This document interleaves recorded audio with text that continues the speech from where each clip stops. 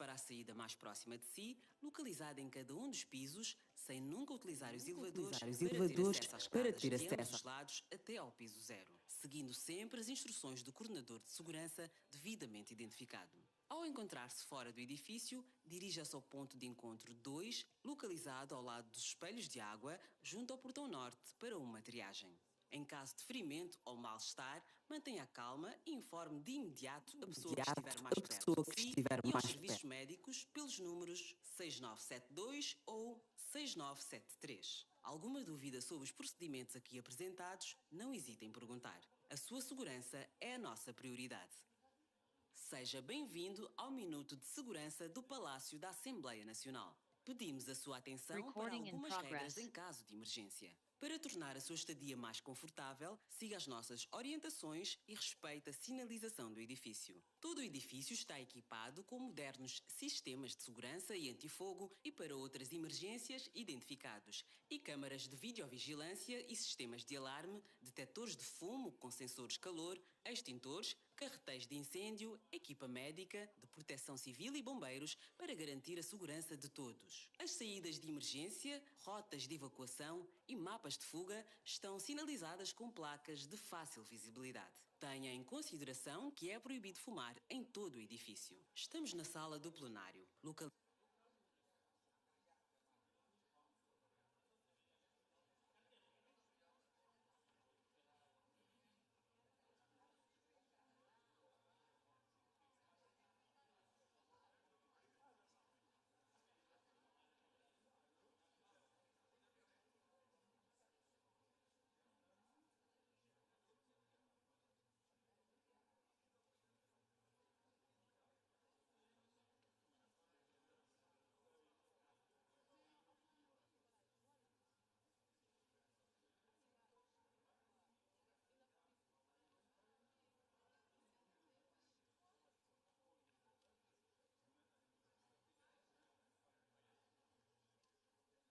serviços médicos pelos números 6972 ou 6973. Alguma dúvida sobre os procedimentos aqui apresentados, não hesite em perguntar.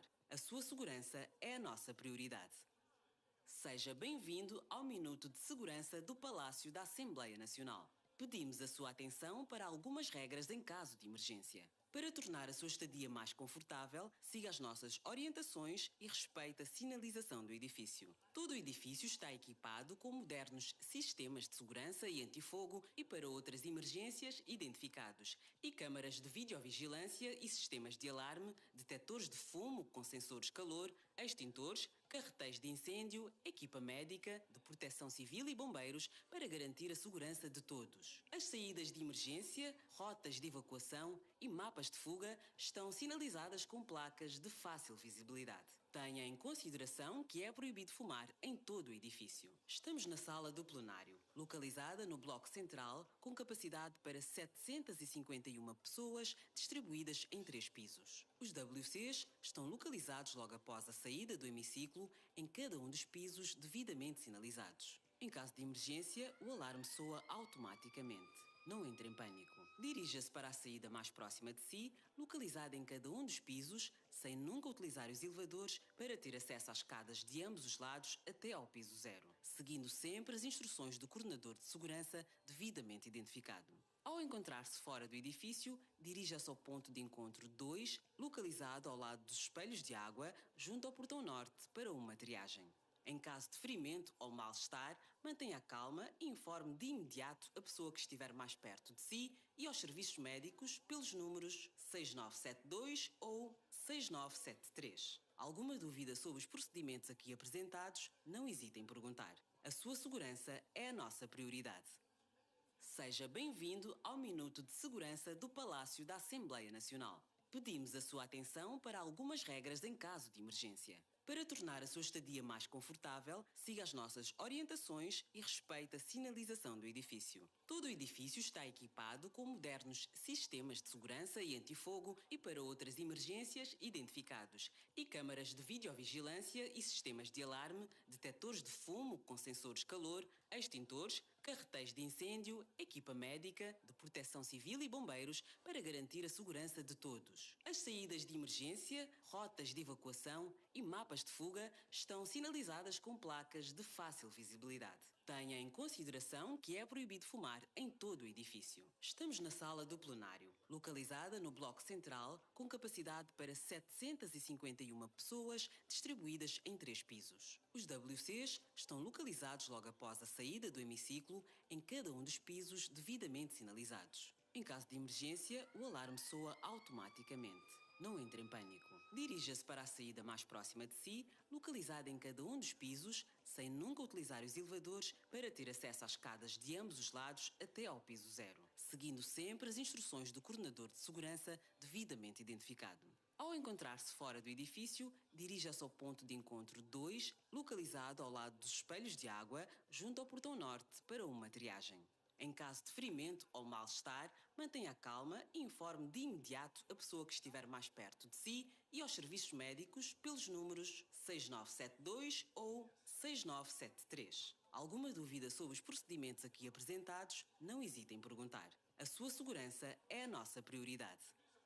Seja bem-vindo ao Minuto de Segurança do Palácio da Assembleia Nacional. Pedimos a sua atenção para algumas regras em caso de emergência. Para tornar a sua estadia mais confortável, siga as nossas orientações e respeite a sinalização do edifício. Todo o edifício está equipado com modernos sistemas de segurança e antifogo e para outras emergências identificados, e câmaras de videovigilância e sistemas de alarme, detectores de fumo com sensores calor, extintores, carretéis de incêndio, equipa médica, de proteção civil e bombeiros para garantir a segurança de todos. As saídas de emergência, rotas de evacuação e mapas de fuga estão sinalizadas com placas de fácil visibilidade. Tenha em consideração que é proibido fumar em todo o edifício. Estamos na sala do plenário, localizada no bloco central, com capacidade para 751 pessoas, distribuídas em 3 pisos. Os WCs estão localizados logo após a saída do hemiciclo, em cada um dos pisos devidamente sinalizados. Em caso de emergência, o alarme soa automaticamente.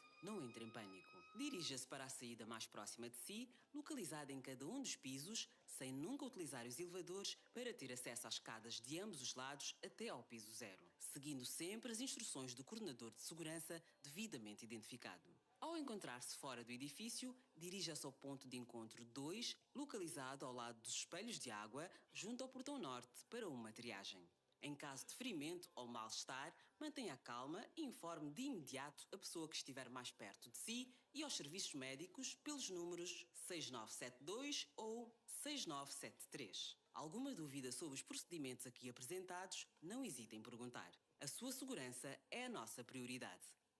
Seja bem-vindo ao Minuto de Segurança do Palácio da Assembleia Nacional. Pedimos a sua atenção para algumas regras em caso de emergência. Para tornar a sua estadia mais confortável, siga as nossas orientações e respeite a sinalização do edifício. Todo o edifício está equipado com modernos sistemas de segurança e antifogo e para outras emergências identificados, e câmaras de videovigilância e sistemas de alarme, detectores de fumo com sensores calor, extintores, carretéis de incêndio, equipa médica, de proteção civil e bombeiros para garantir a segurança de todos. As saídas de emergência, rotas de evacuação e mapas de fuga estão sinalizadas com placas de fácil visibilidade. Tenha em consideração que é proibido fumar em todo o edifício. Estamos na sala do plenário, localizada no bloco central, com capacidade para 751 pessoas, distribuídas em 3 pisos. Os WCs estão localizados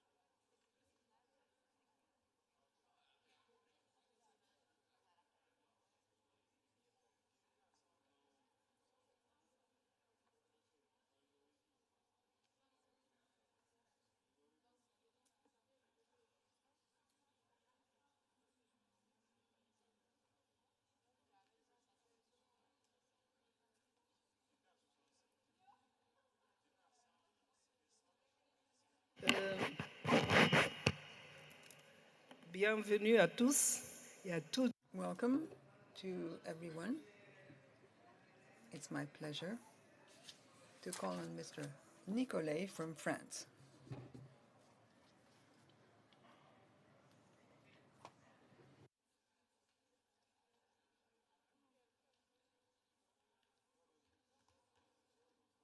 Madame la Présidente, President, dear colleagues, parliamentarians, above all, I would like to express the thanks of the French delegation to our hosts. It's a real pleasure to discover Angola at this 147th Assembly of the Interparliamentary Union.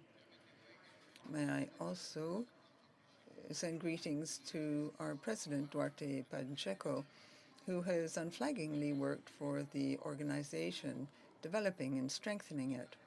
Through him, all the IPU teams deserve our thanks. Now I would like to touch on the topic for this assembly, parliamentary action for peace, justice, and strong institutions. Everywhere in the world,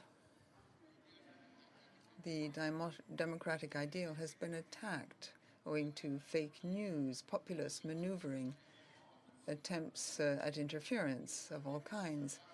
Our assemblies are also being called into question, and anti-parliamentarianism is rampant. We are facing it, and it is creating a big divide between citizens and their representatives. To cope with this democratic challenge and regain the confidence of our citizens, we have to work more in Parliament, drafting laws and controlling government action. It is in this spirit that the two chambers of the French Parliament have begun ambitious reforms facilitated by the development of new technologies. In the Senate, participatory aspects are opened up on the internet sites in order to gather the opinions and ask for proposals from the people. These citizen online consultations flesh out parliamentary work thanks to this feedback from the field. The French Senate represents the regions also and has set up a platform to consult locally elected officers. This is quite original, and it makes it possible to address very down-to-earth issues. It's very successful. Recently, the Senate and the National Assembly created a digital tool for filing petitions. If they go beyond a certain threshold, this leads to the submission of a bill or the launching of a supervisory mission. Even if parliaments are naturally open to citizens, our debates are public.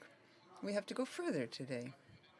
In order to meet deep social aspirations is by promoting the transparency of state action and open governance that we will regain the confidence of citizens and strengthen our parliamentary institutions in the service of peace and democracy. Thank you. Merci beaucoup. Thank you very much. I now give the floor to Mr. Alain Verdier.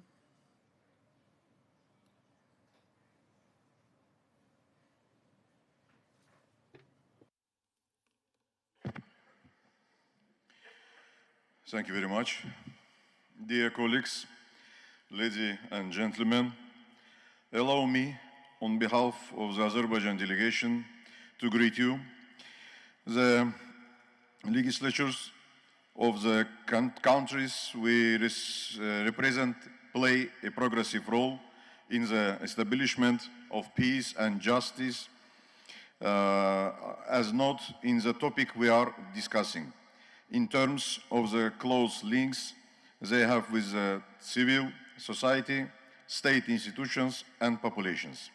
The parliamentary institutions has an undeniable potential for achieving the peace and the dialogue between the nations, countries, and regions, different civilizations and cultures. First, let me say that we are pleased to see that our Armenian colleagues finally started talking about the principles of international law, recalling that Armenia has been refusing even a slight hint to territorial integrity for decades. I also want to remind my Armenian colleagues that there is no administrative unit called Nagorno-Karabakh in Azerbaijan. That territory is called the Karabakh Economic Zone of the Republic of Azerbaijan. Armenia has no moral right to talk about international law. Its allegations on so-called ethnic cleansing and occupation are ridiculous. Azerbaijan is a multicultural country, and ethnic Armenians from Karabakh region are welcome to be part of this multicultural model. It is Armenia and its illegal separatist regime that pushed local Armenian residents to move. Armenia has for decades promoted the idea of impossibility of coexisting with Azerbaijan at the state level, which led to this situation. For about 30 years, 20% of our territory, Azerbaijan territory, was under the occupation of Armenia. Also, the UN Security Council adopted 4 resolutions in 1993 requiring the Armenian armed forces to leave Azerbaijani settlements. These documents remained unimplemented for 27 years. In 2020, Azerbaijan restored its territorial integrity with its own efforts. However, for 3 years after the end of the war, Armenia continued to maintain its military contingent on the territory of Azerbaijan and supplied it with weapons. Azerbaijan proposed a peace agreement to Armenia to normalize relations between the two states, consisting of 5 basic principles of international law.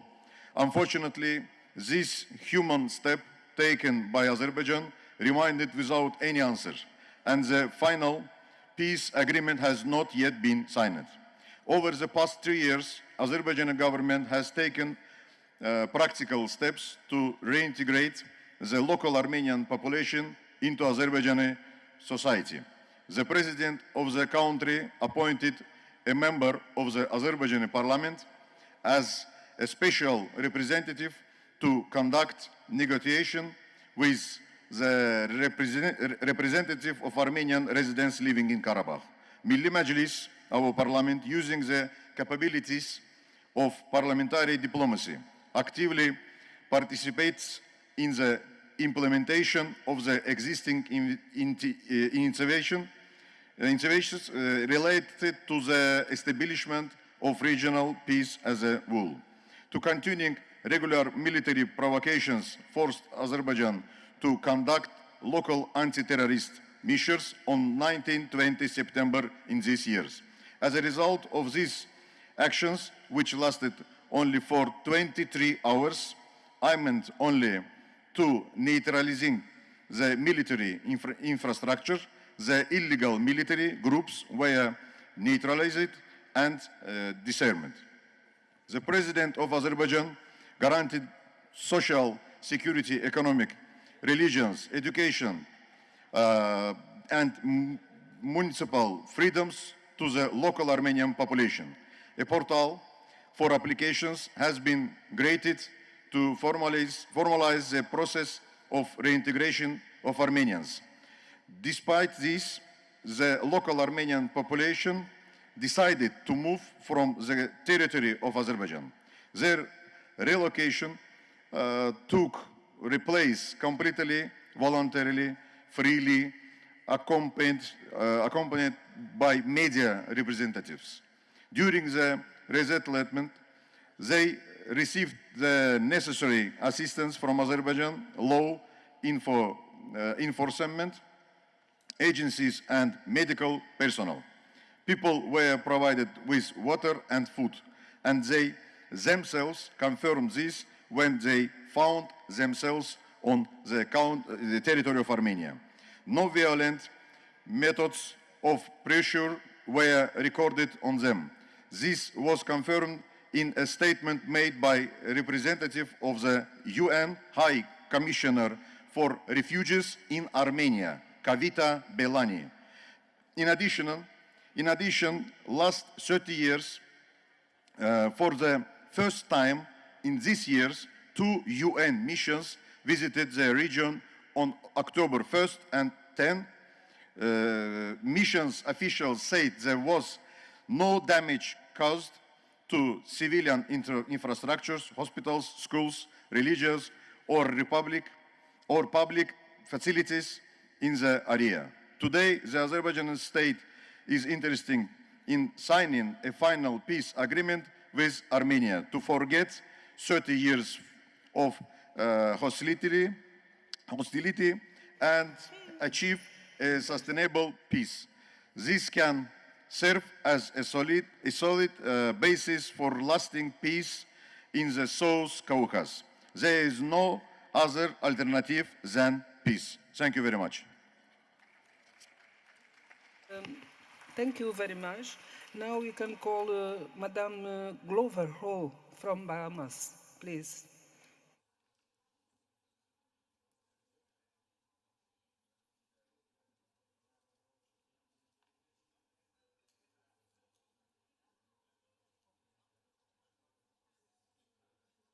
Madam Chair, distinguished colleagues, ladies and gentlemen.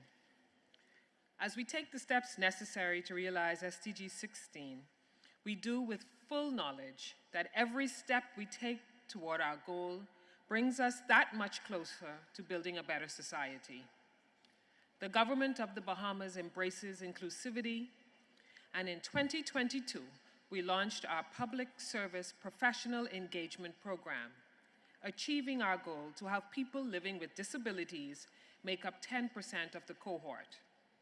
This was the first time a government training and employment program made provisions for this community. This year, we were proud to match last year's participation rates with 10% of our recently launched cohort also made up of people living with disabilities. We were able to help them to get their foot in the door, but the next step will be to ensure that they are able to have a seat around the decision-making table so that their voices are heard and their influence is felt. The same is true for every underrepresented group in our societies. If we believe that diversity is a virtue, then we must demonstrate our belief through action. Our people deserve a government that looks like them and reflects their values. This is a signpost of a healthy democracy, and it also makes our institutions more effective. In the developing world, it cannot be overstated the extent to which we need efficient and effective institutions to address our most pressing challenges. To achieve this goal, our institutions must be manned by workers who have the necessary capacity to drive progress. As the Minister of Labor and the Public Service, one of my primary objectives is to develop institutional capacity through revamping government recruitment and onboarding processes, retooling existing training programs, and providing opportunities for on-the-job support and learning activities and experiences. We were able to leverage synergies by, for example, pairing the Public Service Professional Engagement Program with the National Training Agency's soft skills training workshops to make government onboarding of entry-level public servants more robust. This addresses one part of the problem. However, more transformative efforts are necessary. We are currently completing a national workforce audit that will identify existing skills gaps and provide the data we need to map out long-term workforce development plans while we simultaneously redevelop government HR policies and procedures. Once the analysis is complete, we will move on to the implementation of a data-driven solutions and policies. This process is time-consuming and resource-intensive, but necessary. There are no magic bullets to institutional reform and no shortcuts to sustainability and building institutional capacity. What matters most is maintaining the necessary political will and demonstrating our commitment to an institutional reform agenda by allocating sufficient finances, expertise, and other resources for the needed transformative work to take place.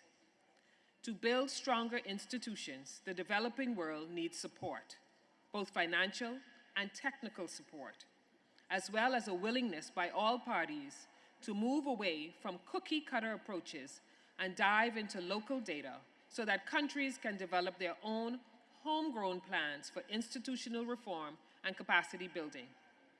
In many ways, progress to SDG 16 is the key to driving progress on all other sustainable development goals. When government institutions are working the way they should be, every other goal becomes attainable. The government of the Bahamas looks forward to working with the members of this community as we support each other in making real progress towards developing effective and efficient institutions capable of driving the changes that we need. Thank you. Thank you, Madam President. Now we call Suriname, Mr. Gajadien.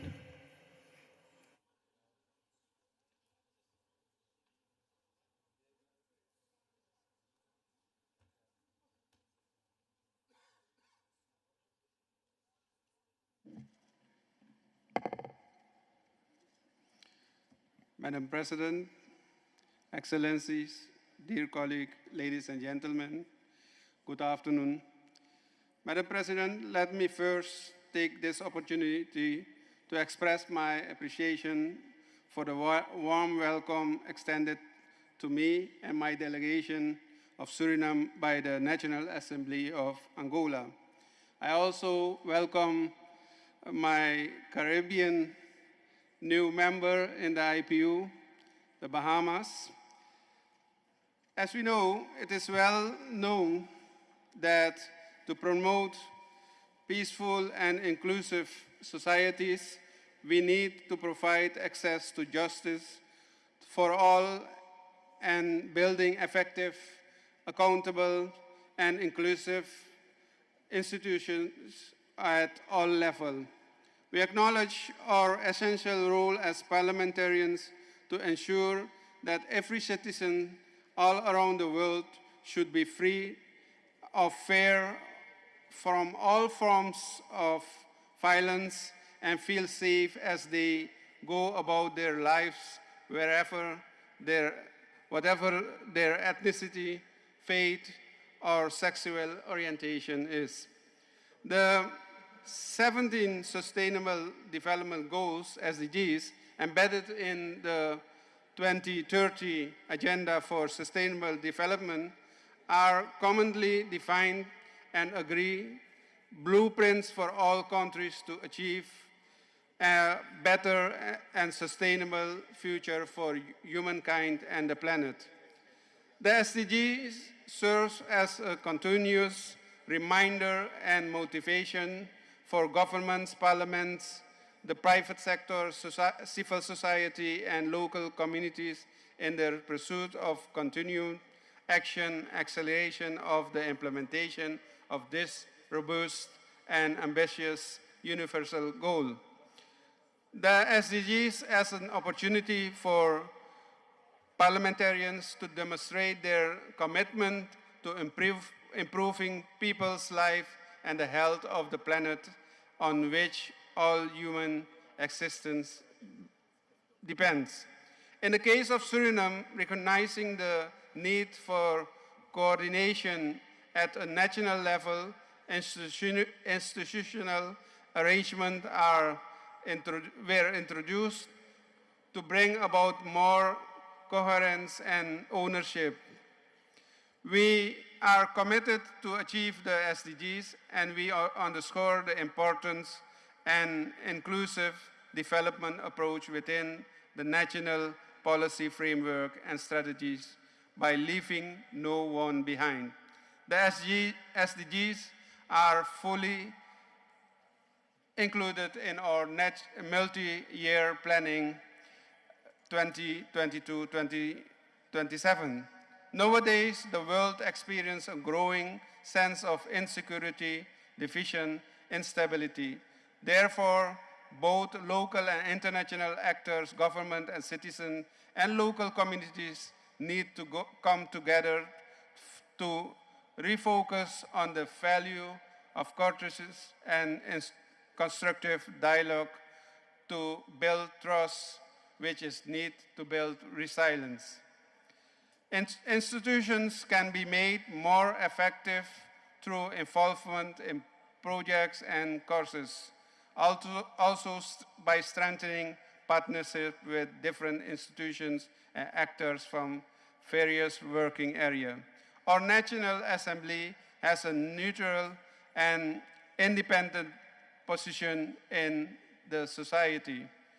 Therefore, the democratic constitutional state is effective based on partial equality and national unity. As we enter the decade of actions of the SDG, amid renewed calls that more efforts be put towards their implementation, SDG 16 is pivotal and process as SDG 16 targets is uneven. Dear President, dear colleague, ladies and gentlemen, considering the importance of achieving Goal 16, their implementation will be strongly influence the political priorities and power dynamics that continue to unfold at global and local scale. Ladies and gentlemen, for a while we have been going through challenges, time, and even crisis in the world. This has created enormous uncertainty and in many ways uncertainty about sustainable, peaceful, and prosperous future. The recent development in the Middle East, especially the conflict between Israel and Palestine, could not be allowed to escalate. That will be counterproductive to our goal of peace and security. We must argue our parties to admit by international law and be accept human rights of all people. A ceasefire must be broken by all involved with the support of the international community. We must, with haste, work towards a solution based on the proposed two-state solution provided by both Israel and Palestine with a national territory where their people can live in peace and prosperity. Thank you, Madam Speaker. Thank you very much. Je vais appeler la Chine, Monsieur. I will now call China, Mr. Li, and entrust the chairmanship of the Assembly to the Speaker of the Bahamas, who is the youngest member of our association. Honorable Chair, dear colleagues, ladies and gentlemen, first I would like to thank our Angola host and the IPU Secretariat for holding the Assembly successfully.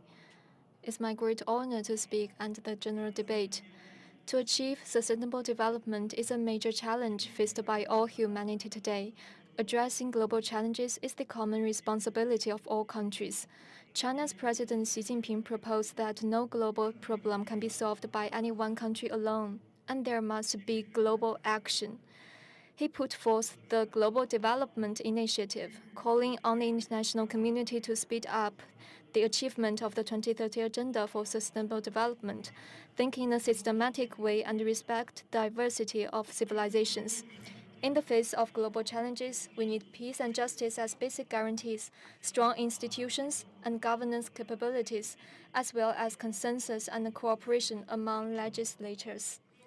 First, global challenges are characterized by complexity and diversity, and addressing them requires us to adhere to a systematic approach and collaborate in solidarity. Take the achievement of the UN SDGs as an example. On the one hand, It is a multi-level complex system integrating society, economy, industry, science, and technology, and constitutes a typical complexity issue. On the other hand, there are obvious differences in the achievement of its goals at the global, regional, and national levels, and issues of diversity must be taken into consideration. Therefore, in responding to global challenges, we must not only recognize the complexity of achieving goals, value both the natural and social sciences, and the application of the latest research results in complexity science, but also fully consider diversity and inclusion, respect each country's national conditions, seek common ground while resolving differences, and cooperate in solidarity. Second, to effectively respond to global challenges requires science to play a key role. We should respond to challenges under the guidance of consensus-based scientific principles. At present, the overall achievement of the SDGs as scheduled faces enormous challenges. Science has not played an adequate role in promoting the achievement of the goals. It has not yet clarified the scientific principles existing in the multi-level complex system composed of 17 goals, nor has it proposed common scientific principles and diversified processing bases that should be met at all levels of complexity. To this end, we need to adhere to the concept of science is a common cause of mankind. We should promote the mutual reinforcing of transforming scientific research paradigms and responding to global challenges, focusing on identifying and filling missing links in the knowledge system, and find optimal solutions to problems through production and sharing of scientific knowledge. Third, scientific response to global challenges requires consensus and cooperation among legislatures in order to continuously provide legal guarantee and enhance global governance capabilities. Legislatures should strengthen collaboration and jointly promote science to play a greater role in responding to global challenges through international laws and domestic legislation. We should practice true multilateralism, jointly create an international environment conducive to development, and strive to contribute more wisdom and strength to safeguard world peace and justice. We should improve the global governance system and rules, adhere to the vision of global governance featuring extensive consultation and jointly contribution for shared benefits. Discharging nuclear contaminated water impacts the common interests of the whole humanity. Relevant countries should negotiate thoroughly with concerned parties in a sincere manner and dispose nuclear contaminated water responsibly. The international community should promote to establish a long-term and effective mechanism to supervise the discharge of nuclear contaminated waters, while ensuring the effective participation of all stakeholders. President Xi Jinping proposed that the world is an indivisible community with a shared future, and peace, development, and women cooperation are the main themes. China will continue to implement a mutually beneficial strategy of opening up, provide more opportunities for cooperation among countries, and inject more energy into the recovery and growth of the world economy. The National People's Congress of China will continue to strengthen exchanges and cooperation with the IPU and legislatures and make unremitting efforts to build a global community with a shared future and make the world a better place. Thank you for your attention. Thanks. We now have Madam Musa, Malaysia.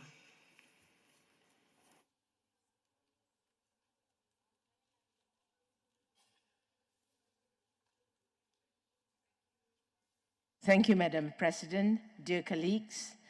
I stand before you today to discuss our collective pursuit of peace, justice, and strong institutions as outlined in the Sustainable Development Goal 16. The Interparliamentary Union has been a staunch advocate for governance goals, and it is time we assess our progress and the challenges ahead. Before we venture into the overarching topic of parliamentary action for peace, justice, and strong institution, we must express our deep concern over the recent escalation of violence in Gaza. Not only does this situation endanger lives, but it also undermines the principles of peace and justice that we as parliamentarians are devoted to upholding. In accordance to SDG 16, which calls for peace and justice, we reaffirm our unwavering support and solidarity for the Palestinians. Their struggle for liberation from occupation is a fight for justice, and we must not tolerate any form of disproportionate treatment or blatant hypocrisy in dealing with regimes that violate these principles. Under international law and justice, principles outlined in SDG 16, we assert that Palestinians have the legal right to reside within their internationally recognized borders based on the pre-1967 lines with Al-Quds as their capital.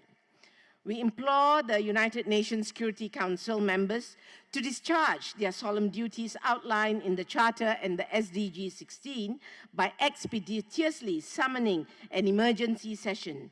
The objective should be to be guaranteed that all factions duly honor and safeguard the lives of blameless citizens, and thereby upholding the tenets of tranquility, equity, and robust establishment. Fairness is a moral necessity and the foundation of justice and strong institution. As we strive to attain Target 16.1, which calls for the significant reduction in all forms of violence, it is essential to remember that justice can only be served if it is fair. One cannot exist without the other. Fairness and justice are intertwined. We are committed to promoting non-discriminatory and inclusive laws in Malaysia in line with Target 16.b of SDG 16. Going back to the general debate, trust is the cornerstone of any democratic society. However, the social contract that binds us is at risk. Parliamentarians can play a crucial role in restoring this trust by championing transparency, engaging in open dialogues with constituents, and ensuring accountability through regular reporting and audits. Representation is not merely a duty, but a sacred responsibility to voice the concern and aspiration of the people we serve. Effectiveness is not just about doing things right, but doing the right thing. Capacity building is vital. Parliamentarians can spearhead initiatives for institutional reforms. The rule of law is the bedrock upon which our societies are built. Parliamentarians are responsible for drafting, amending, and enforcing laws that protect fundamental freedoms. Legislative oversight allows us to uphold the executive accountability through checks and balances, ensuring that the laws are applied consistently and fairly. Violence undermines social peace and good governance. Parliamentarians can initiate community outreach programs, support conflict resolution mechanisms, and enact legislation that addresses the root cause of violence. In a globalized world, no country can achieve SDG 16 in isolation. Parliamentary diplomacy enables parliamentarians to engage in international forums, such as the IPU, to share the best practices, collaborate on legislative initiatives, and advocate for global governance reforms. The path to achieving SDG 16 is bedded with challenges, but it is a path we must walk together. Parliamentarians are critical in strengthening our institution, upholding the rule of law, and fostering a culture of peace and inclusivity through representation, legislative oversight, budget setting, and parliamentary diplomacy. Let us commit to this noble cause and work collectively to bind a sustainable, a just, peaceful, inclusive world for all, especially our children. Thank you. God bless.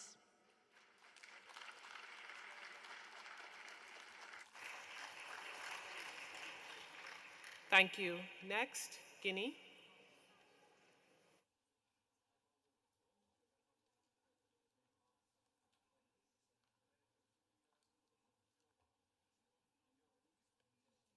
Merci, Madame. Thank you, Madam.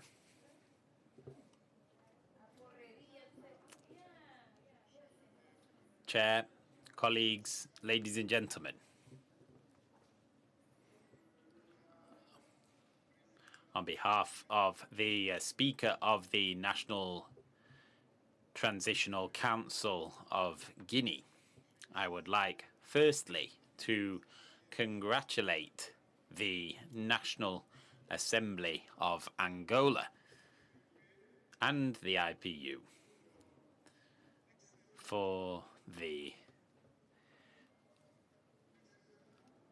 outstanding way in which they have organised this 147th IPU Assembly. I'd like also to follow the speakers that have gone before me in thanking the Speaker of the National Assembly of Angola for the excellent way in which my delegation has been received here in Luanda.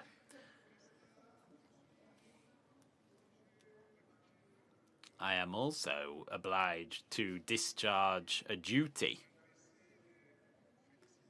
namely that of conveying the congratulations and greetings of a number of members of the highest authorities of the Republic of Guinea to His Excellency the President of the Republic of Angola and the people of Angola in its entirety. We congratulate them on their resilience and their widely recognized patriotism. I'd also like to greet the delegations of fraternal and friendly countries that are gathered here today.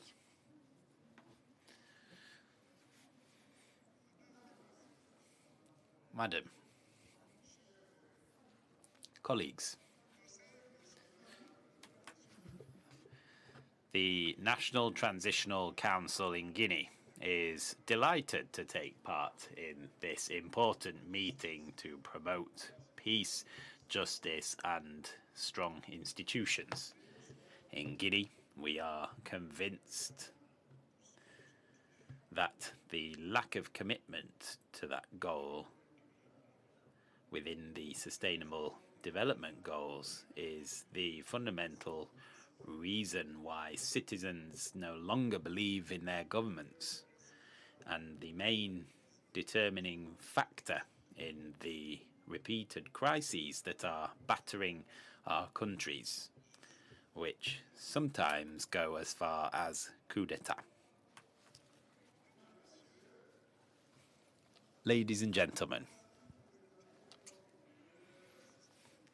democracy is presented as the best of all political systems and the best label of social harmony. It's evolved over time, and today it revolves around establishing criteria such as the implementation of free and effective institutions, the separation of powers, free and transparent elections, freedom of the press, the existence of opposition, and the possibility of alternation of power.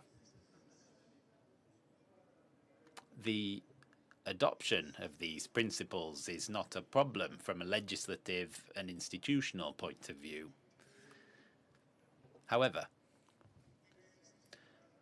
difficulties do arise regarding their implementation, and this gives rise to difficulties around the emergence of a true rule of law in some places, and poses obstacles to economic development, which can sometimes undermine the mechanisms by which we combat poverty. Excellencies, ladies and gentlemen, to achieve SDG 16, our states must bolster their legal systems, because it's widely recognized that all conflicts in the world stem from injustice. For that reason, at the National Transitional Council in Guinea, we focus our parliamentary action on recognition of the deep-set aspirations of the population to bring laws in line with the population's needs and interests.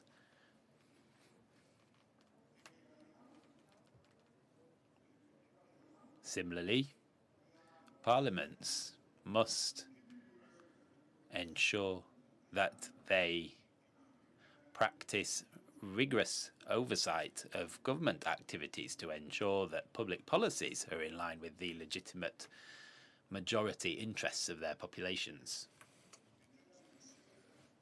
Ladies and gentlemen,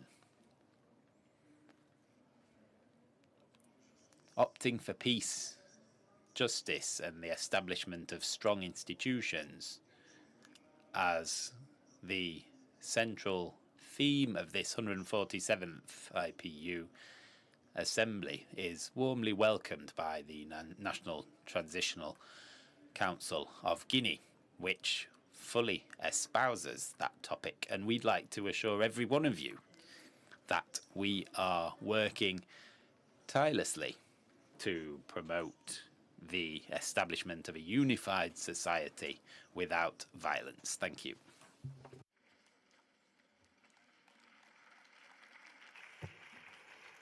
Thank you, Messi. I would now like to welcome Madam Sverris's daughter, Iceland.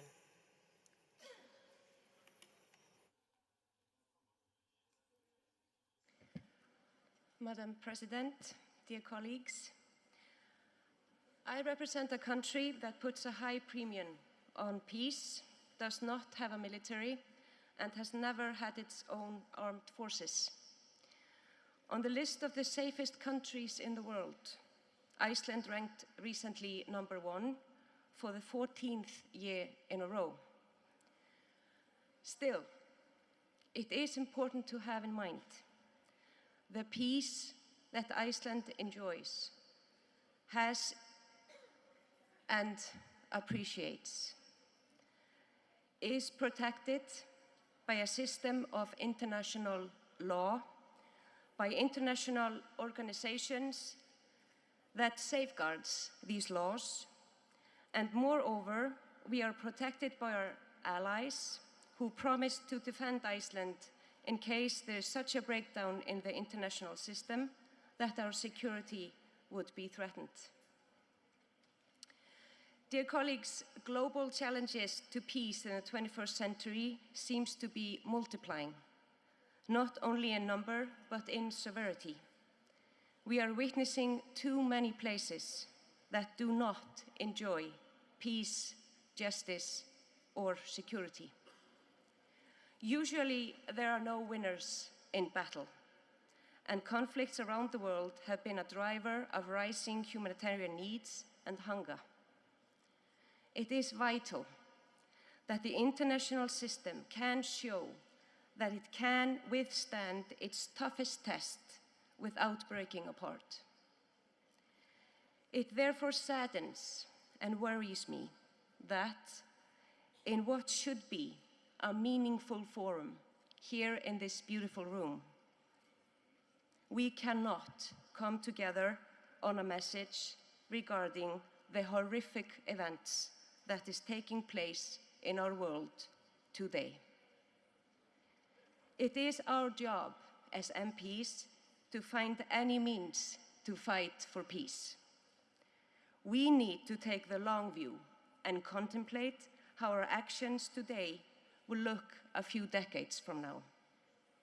How leaders and institutions act and respond will determine the difference between despair and hope. In this regard, we all have a role to play, and every role is important. I thank you.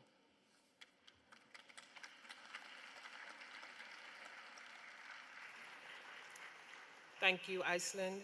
We now welcome Bulgaria.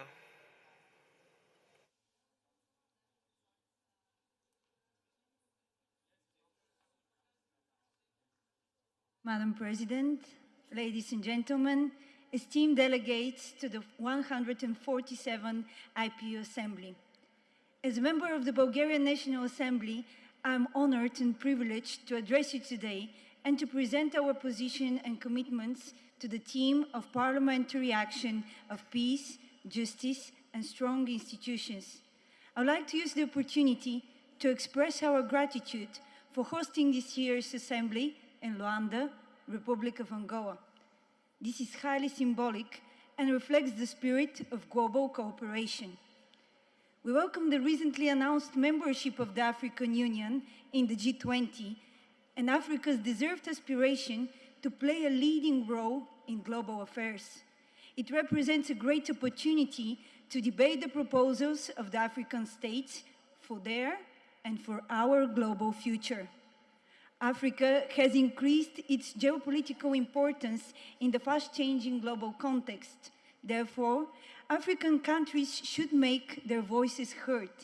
At the same time, they can contribute essentially to peace and stability, as well as to the solution of regional and global challenges. Parliamentary activity has a pivotal role in maintaining and strengthening global peace and justice. We firmly believe that the parliamentary process can unite, resolve conflicts, and promote justice and stability within our institutions. Bulgaria's long historical journey reminds us of our enduring commitment to the principles of peace, justice, and strong institutions, which lie at the core of the human development. Madam President, justice is an integral part of a sustainable, peaceful development, and we must work diligently to strengthen our institutions and improve the rule of law. Investing in education and training encourages the creation of strong and independent institutions that guarantee justice and equality. Strong institutions are also the fundamental pillar of every democracy. We believe that the Parliament should be a reflection of the public will and a guardian of the democratic values.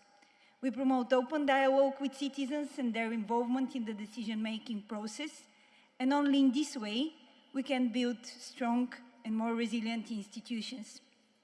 Furthermore, the establishment and maintenance of strong parliamentary institutions require commitment and cooperation at both on national and international levels. Here comes the crucial role of the Interparliamentary Union, which serves as an important forum for the exchange of ideas and experiences among member states. It provides an opportunity to exchange good practices and to work together to achieve common goals. Moving forward to the topic of promoting peace, nowadays we are becoming accustomed to talking about different types of security, such as energy security, cyber, food, or climate security. All of them are closely related to the concept of peace and stability, because the lack of these security aspects may provoke lasting tensions and even conflicts, as we have seen. Last but not least, strong multilateral institutions are of shared interest for all member states that puts peace, security, and democracy high on their agenda. We recognize that the full achievement of the Sustainable Development Goals is at risk, and that this will further deepen global inequalities and disproportionately affect the most vulnerable. In this regard, we believe that we need to redouble efforts towards the full and timely implementation of the Sustainable Development Goals. However, the current system is failing to deliver on our priorities, and that is why Bulgaria supports the United Nations reform efforts led by the UN Secretary General. For Bulgaria, the implementation of the commitments undertaken in line with the 2030 Agenda for Sustainable Development and the Addis Ababa Action Agenda have been and continue to be a top priority. The SDGs are linked to peace, security, and human rights. There is no peace without development, and there is no development without peace. Allow me to conclude by expressing my faith in the power of parliamentary democracy and the conviction that through the united efforts of nations and their parliaments, we can achieve peace, justice, and sustainable institutions worldwide. Thank you. Thank you, Honorable Ram.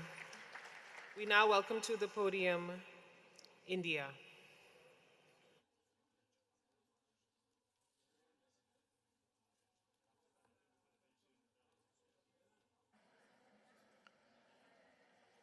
Madam President, and distinguished members, I am pleased to speak on this session on Parliamentary Action for Peace, Justice and Strong Institutions, SDG 16, and I thank Madam President for this opportunity. I must acknowledge that the intellectual discourse by the parliamentarians on this theme is extremely relevant in the present scenario, when a wide range of complex social, political, economic, and other issues have gripped the people and the government across the globe. Today, more than ever before, a tremendous responsibility rests on the parliamentarians to achieve SDG 16, which talks about peace, justice, and strong institutions, with an aim to promote peaceful and inclusive societies for sustainable development, provide access to justice for all, and build effective, accountable, and inclusive institutions at all levels. This goal is, I believe, backbone of all 17 SDGs. Madam President, India aims to foster an environment of peace, justice, and good governance through transparent and accountable institutions at all levels. To achieve these goals, India has taken various initiatives. India empowers its citizens through a strong system of right-based legislations. Our parliament strives to promote the welfare of people by enacting path-breaking legislations that ensures social, economic, and political well-being in all its forms. One of the targets of SDG 16, peace, justice, and strong institutions, speaks about significant reduction in all forms of violence and related death rates everywhere. Here I would like to mention that India firmly believes on the Gandhian principle of non-violence, inclusion, diversity, and equity. Our Constitution ensures protection of life and personal liberty. No person shall be deprived of his life or personal liberty except according to procedure established by law. This fundamental right is available to every person, citizens and foreigners alike. Provisions in IPC also prohibit violence. Due to several government steps, there has been substantial decline in violence against women, violence by left-wing extremism, and also by terrorism in the recent times in India. Our parliament and government has adopted a comprehensive and multi-pronged strategy to end abuse, exploitation, trafficking, and all forms of violence against and torture of children. For addressing cross-border or transnational issues of human trafficking, bilateral memoranda of understanding have been signed with many countries. Similarly, multilateral instruments on human trafficking have also been signed by India. Friends, we consider our Constitution to be supreme, which ensures equal access to justice to all. Rule of law is also implied in the preamble, and such concept is enshrined in Part 3 of the Indian Constitution. National Legal Services Authority, NALSA, has been constituted under the Legal Services Authority Act 1987 to provide free and competent legal services to the weaker sections of the society. The principle of legitimate expectations as part of the general principles of legal certainty is integrated not only to legislations but also to individual decisions by judiciary and public authorities in India. Money laundering has evolved a serious concern in India, considering the fact that the country is one of the largest growing economies in the world. Illegal activities committed within and outside the country, like drug trafficking, fraud, counterfeiting of Indian currency, transnational organized crime, human trafficking, and corruption are among the most prominent sources of money laundering. At the 90th Interpol General Assembly meeting in October 2022, Honorable Prime Minister Shri Narendra Modi said, When threats are global, the response cannot be just local. It is high time that the world come together to defeat these threats. So here I urge the parliaments to work for the global cooperation to defeat these threats. Friends, India in its 75 years of independence has established a successful parliamentary democracy, an independent judiciary, and strong institutions like the Election Commission, Controller and Auditor General of India, etc., to sustain and support our political system. We pursue the policy of zero tolerance against corruption and taken several measures to combat corruption. The Prevention of Corruption Act 1988 has been amended to address contemporary concerns and to usher positive impacts on society. Central Vigilance Commission ensures effective and expeditious investigation wherever any irregularity or misconduct is noticed. Similarly, the institution of Lokpal or Ombudsman have been operationalized. Speaker, The Right to Information Act has significantly contributed to promoting transparency, accountability, and ensures citizens' participation in India's governance system.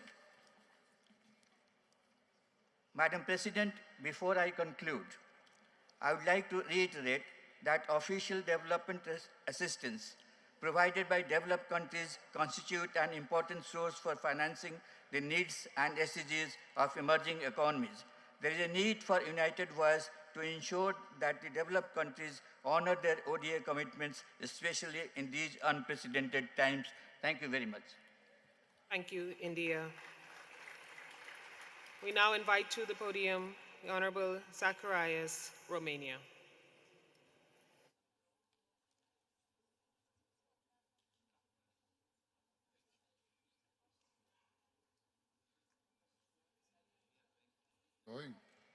Dear Madam President, distinguished colleagues, ladies and gentlemen.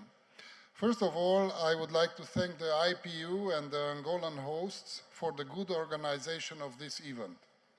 Our subject of today is extremely important, given the fact that all the crises we are facing underscore the need of effective parliaments and institutions that work for all people, leaving no one behind, emphasizing their capacity to meet the needs of all people equitably and sustainably. Romania, reaffirming its strong commitment to pursuing SDGs, established the Department of Sustainable Development in 2017, placed under the Prime Minister's authority, which serves as an entity for coordinating the national implementation of the 17 SDGs. Romania presented for the second time the voluntary national report at the high-level political forum in New York on July 17, 2023. In 2022, Romania developed the National Action Plan to implement National Strategy for Sustainable Development 2030, providing a 2030 roadmap addressing all 17 SDGs. I would therefore like to mention that Romanian Parliament hosted over the years several events with national and international multi-stakeholders participation to promote the implementation of the 17 SDGs.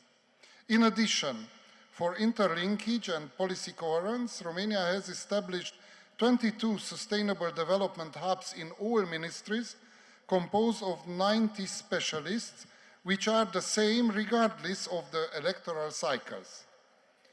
Dear colleagues, regarding SDG 16, Romania is working to develop efficient and transparent institutions at all levels, to provide access to justice for all and build effective, accountable and inclusive institutions at all levels. In the same time, Romania is a multicultural society in which the rights of the members of the national minorities, their language and culture are partly recognized. National minorities take part through their representatives in the decision-making processes, each one who can't satisfy the 5% threshold having an elected member in the parliament. I am a deputy representative for the Hungarian minority, and we have gained our representation through elections, being the only political organization of national minorities satisfying the threshold, which is anyway a high one for a perfectly democratic representativity. In the last 33 years, some important steps were made in the matter of rights of national minorities, the situation not being perfect yet. According to the law, national minorities are entitled to use in some conditions their maternal language in the public administration, the judicial system, in education, mass media, etc. But implementation process, even of these provisions, is hardly perfect and causes in many cases displeasure within our community. Starting from the communist democratic transition in 1989, we always were supporting democratic solutions based on dialogue. We would like to have a fair dialogue with the majority about all our demands, including also self-determination issues, which is hardly possible now. Therefore, I have a strong message from this microphone to all majority nations and all parliaments. Take your time for a fair dialogue with the national minorities from your countries, and I assure you many conflicts will be prevented and avoided. And I think one of the most important goals of IPU is to support and achieve this kind of dialogue using all its instruments, trying also to convince governments to do the same. Ladies and gentlemen, I will conclude by saying that the war of aggression against Ukraine and its consequences is causing major damages and put in danger the achieving of the 2030 agenda due to its world-wide effect. Romania strongly supports the international rule of law and respect for all independence, sovereignty, and integrity of states within internationally recognized borders. The Romanian Parliament has condemned in the strongest terms the terrorist attacks in Israel, reaffirming its solidarity and determination in the fight against terrorism in all its forms and wherever it occurs. Parliaments must remain united in the fight against terrorism.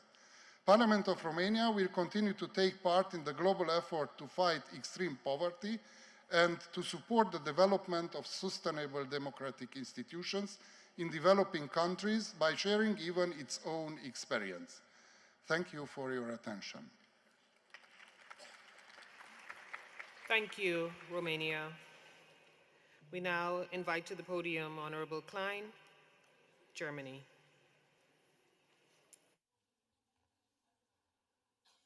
Madam Chair, Excellencies, ladies and gentlemen, fellow parliamentarians, political decision-making needs road contact.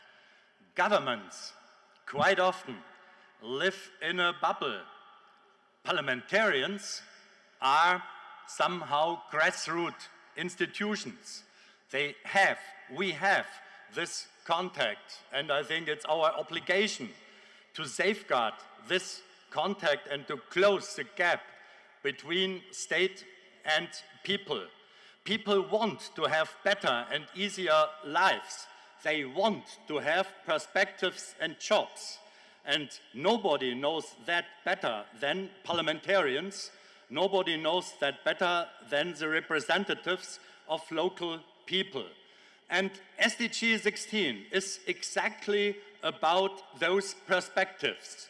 It's decisive for better lives for people. And just to mention a few of the sub-goals makes it even clearer. Promote the rule of law, reduce corruption and bribery, effective, accountable and transparent institutions, protect fundamental freedom. And parliamentarians and parliaments are decisive to reach those goals. This is crucial for democracy and freedom, but on top of this, it is decisive as well to provide economic perspectives and to fight poverty, which still is a big issue in many countries and for many people. Prosperity can only develop in a safe and reliable environment. Therefore, we have to tackle conflicts and terror. Otherwise, no one can plant crops, no one can conduct trades. And the speaker from Mali described this at this podium very impressively. But we must perceive security broader. We have to create a reliable environment and to safeguard the rule of law. Otherwise, there is not enough investment, not from domestic sources and not even to speak about international sources. This is an issue all over the world. In many countries, there still is a lack of rule of law, but too much regulation can jeopardize investments as well. But we desperately need more private investments, and especially to tackle climate change, it makes it really clear. Huge investments are necessary to replace fossil fuels. Huge investments in solar, wind, and hydrogen are necessary, but this will only happen if the legal framework is reliable for the next many years. The rule of law must be perceived stable and permanent. But the rule of law is crucial on the international level as well. Unfortunately, often violence is used instead. Putin's aggression against Ukraine brought unbelievable suffering to the people in the Ukraine and to countless families in Russia as well. Hamas terrorists killed and tortured hundreds of people in Israel, and combating the originators again kills many, many innocent people. We jointly have to work on peace and reconciliation. We have to work on SDGs internationally and foster and campaign sustainable peace. At the end of the day, ladies and gentlemen, it depends on people. It depends on people with grassroots connections who know that people want to have peace, that people want to have perspectives. But it depends probably as much as this on people who know each other on an international level with a strong international network. And that is us. So let us make even better use of the IPU and foster peace and collaboration. And for this, I would close with a big vote of thanks for the initiators, for the organizers at the IPU office, and especially President Pacheco for his great leadership in the past as well. And thank you very much for our great hosts in Angola, in this beautiful country. Thank you very much. Thank you very much, Germany. I now invite Lithuania.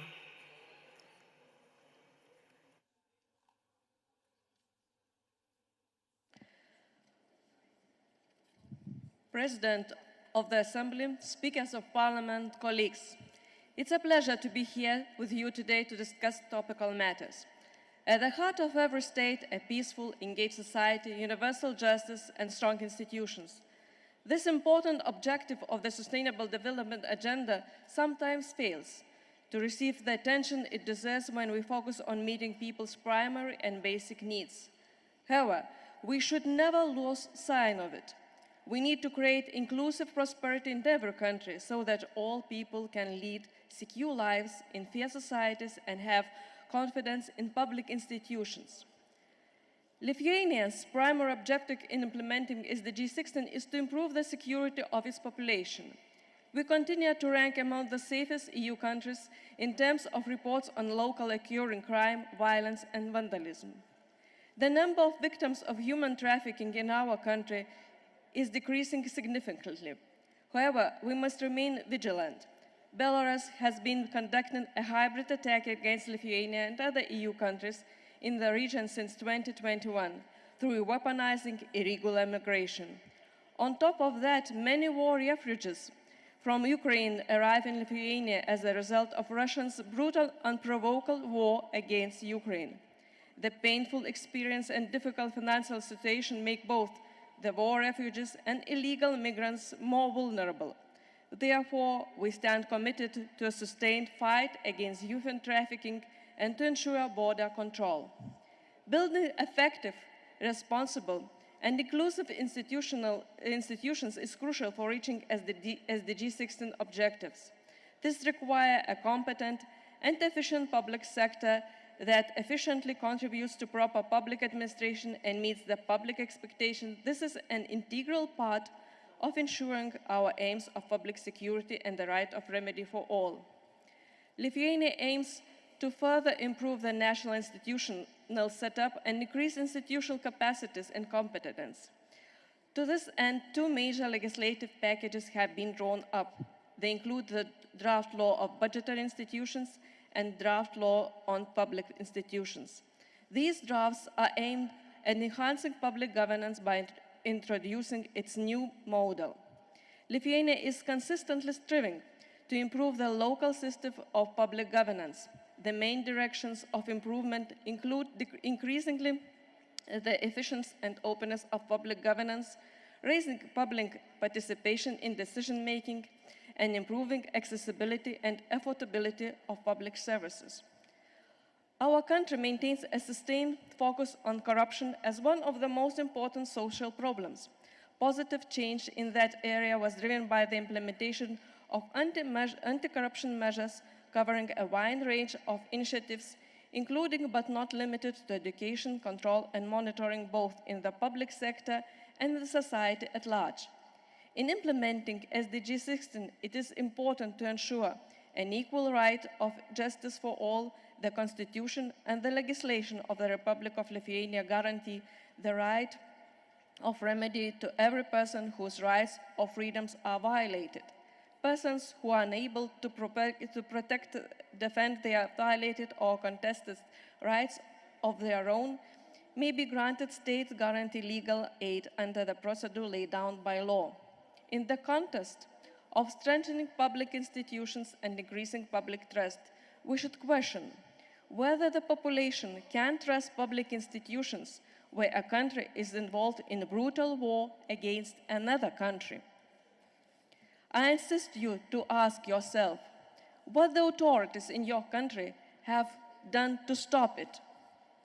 In conclusion, I firmly believe that resolution of corruption, as well as bolstering of the public sector and self-governance, inevitably leads to building stronger institutions and raising public trust. By being open, inclusive, and accessible, we should foster public confidence in political processes, public administration, and the justice. Once we found the right tool and achieve good results, let us spare no efforts in sharing the good practices and thus help other countries to follow suit. Thank you. Thank you. We welcome Honorable Moland, Norway. Thank you, Madam Chair. In 1969, John Lennon sang the words, "Give peace a chance." But are we giving peace a chance in 2023? When we look at the world today, we see a grave lack of peace. We see violence and wars in Ukraine, in Israel and Palestine, in the Sahel. I could go on. It looks worse than in many years. We spend billions on all kinds of deadly weapons and wars. Just imagine what that amount of money could have done if invested to reach the SDGs. Our biggest challenge is the climate crisis. But instead of combining all our resources to deal with it, we use resources to destroy fellow human beings and food for millions. A report says that 1 year's military spending by the top 10 military spenders would pay for promised international climate finance for 15 years.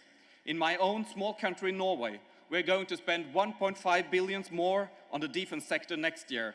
It's one of the biggest increases on the whole fiscal budget, and still it isn't enough to reach NATO's target on 2% of the gross national income.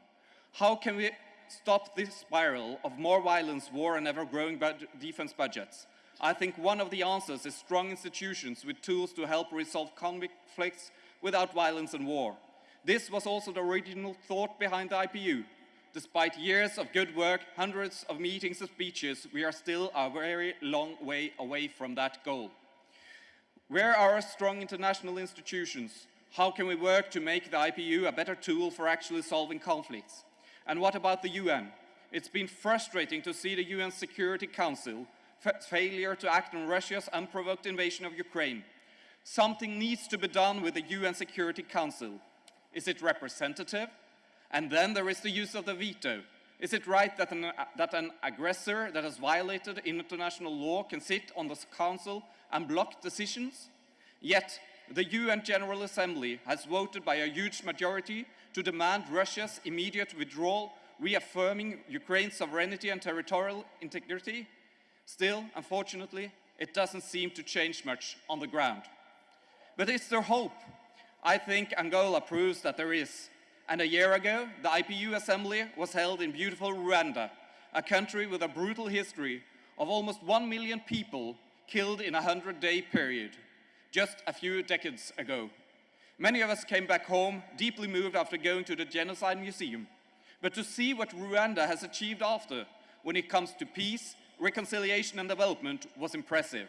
That gives hope also globally. To help secure justice and peace internationally, more than for many years now, we need strong international institutions. That means that if something isn't working, we must fix it.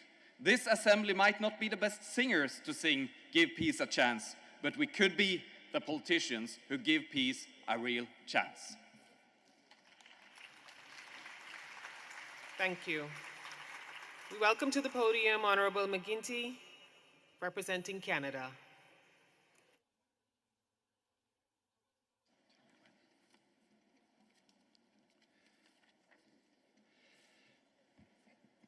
Fellow parliamentarians and colleagues, I would like to focus now, as I speak, on the essence of SDG 16, the very concerning levels of trust in our public institutions, the implications for achieving all the goals by 2030, just 7 short years away, and our responsibility as parliamentarians to restore hope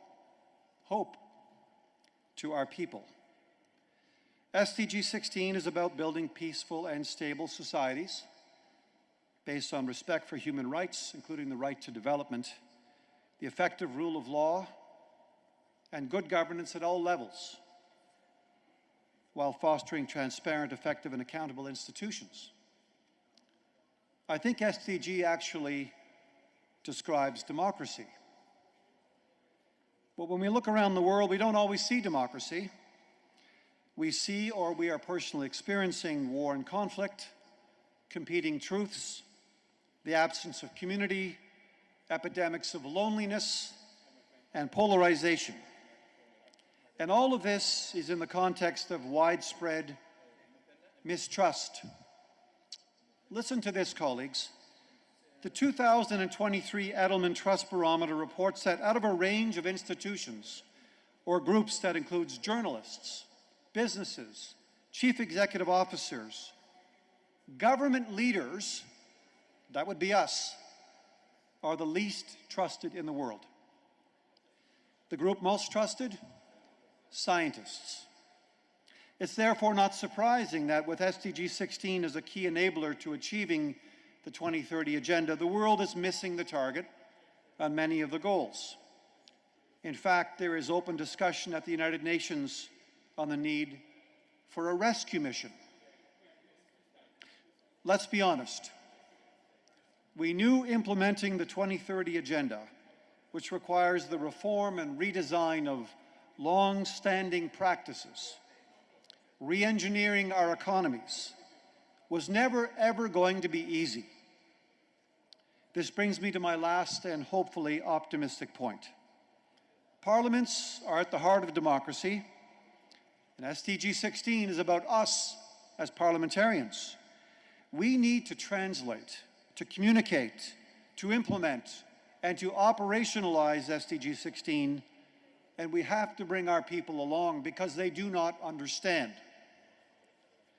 That is our responsibility, and particularly when it comes to our young people, who are telling us that they feel increasingly helpless and hopeless in the cause for change.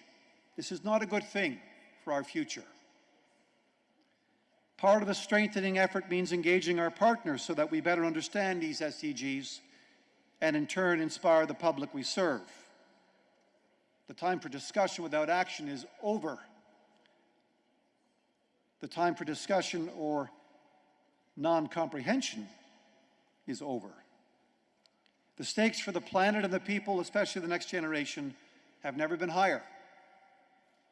We confront some of the most significant hurdles in human history, but we're also better equipped to deal with these than any other time, in my view, in history. More research, more technology, more connectivity, more communications, more mobilization.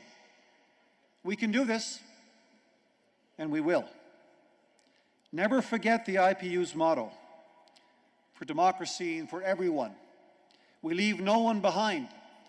Only foolish societies leave people behind.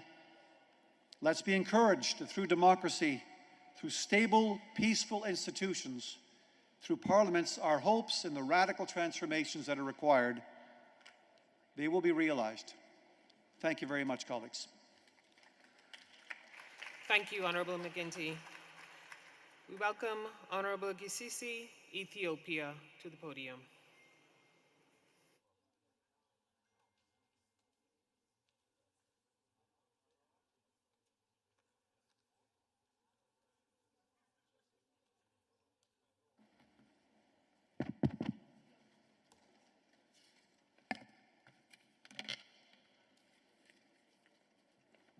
Honorable President of the Assembly, distinguished speakers of the Parliament from the globe, Excellencies, distinguished delegates and fellow parliamentarians, ladies and gentlemen. At the very outset, allow me to express my appreciation and gratitude to the Republic of Angola for organizing this crucial assembly. I am particularly pleased to address you on the occasion of 147th Assembly of the Inter-Parliamentary Union. The unique assembly is taking place at the time the world continues to face a critical choice between the scourge of war and blessing of peace, between the change and dogma, between fragility and resilience, between cynicism and optimism. It is this complex and interconnected world that the role of parliaments becomes highly decisive in leading changes through their roles in building strong institutions, supporting peace building, and ensuring justice. The overall theme of the general debate of 147th Assembly, which is parliamentary action for peace, justice, and strong institution, is fitting description of the important role of parliaments in implementing of the SDGs and explore opportunities to accelerate SDGs action on the second half of the era.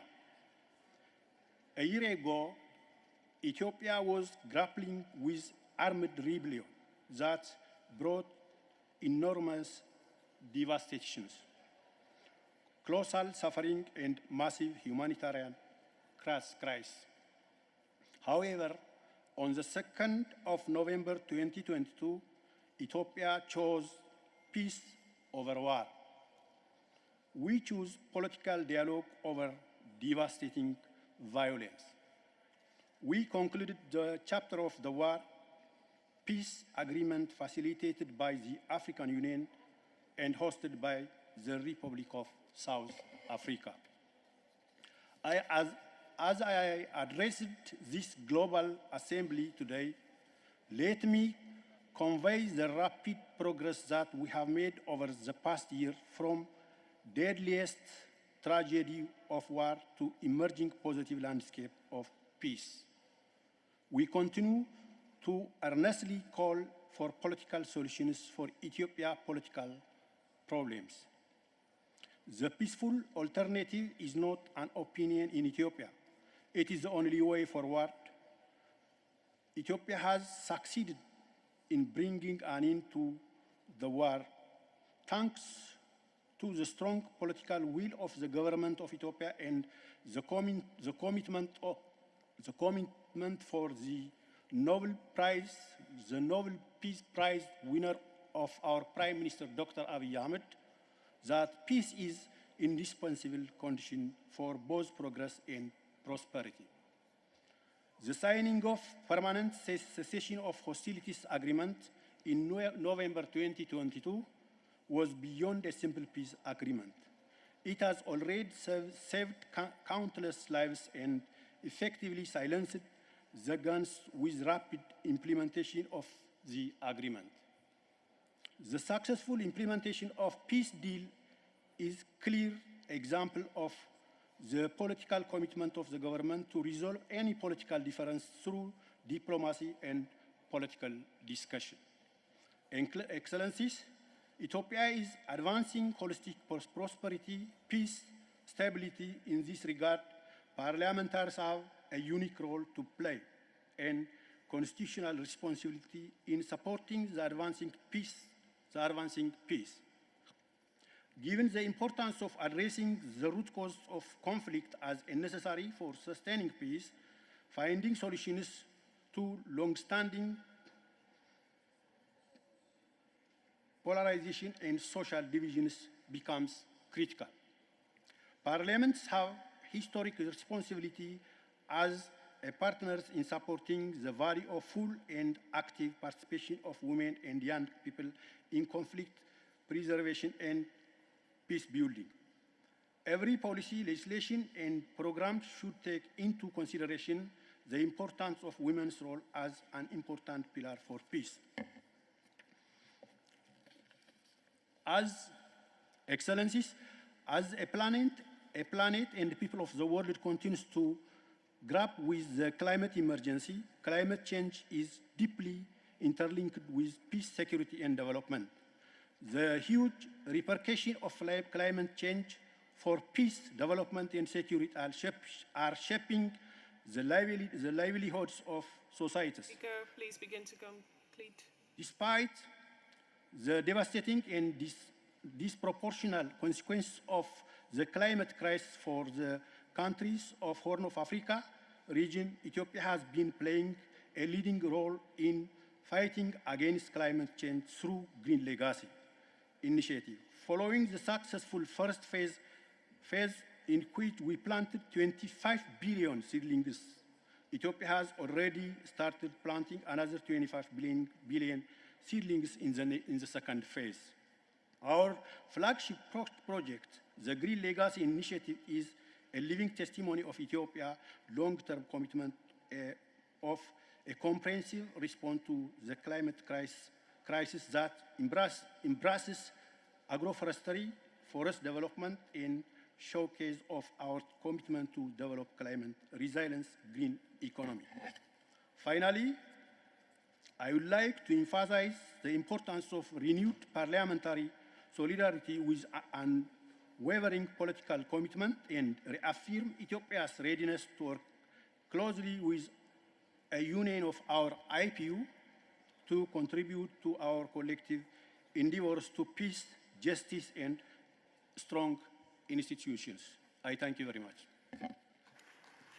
Thank you, Honorable Speaker.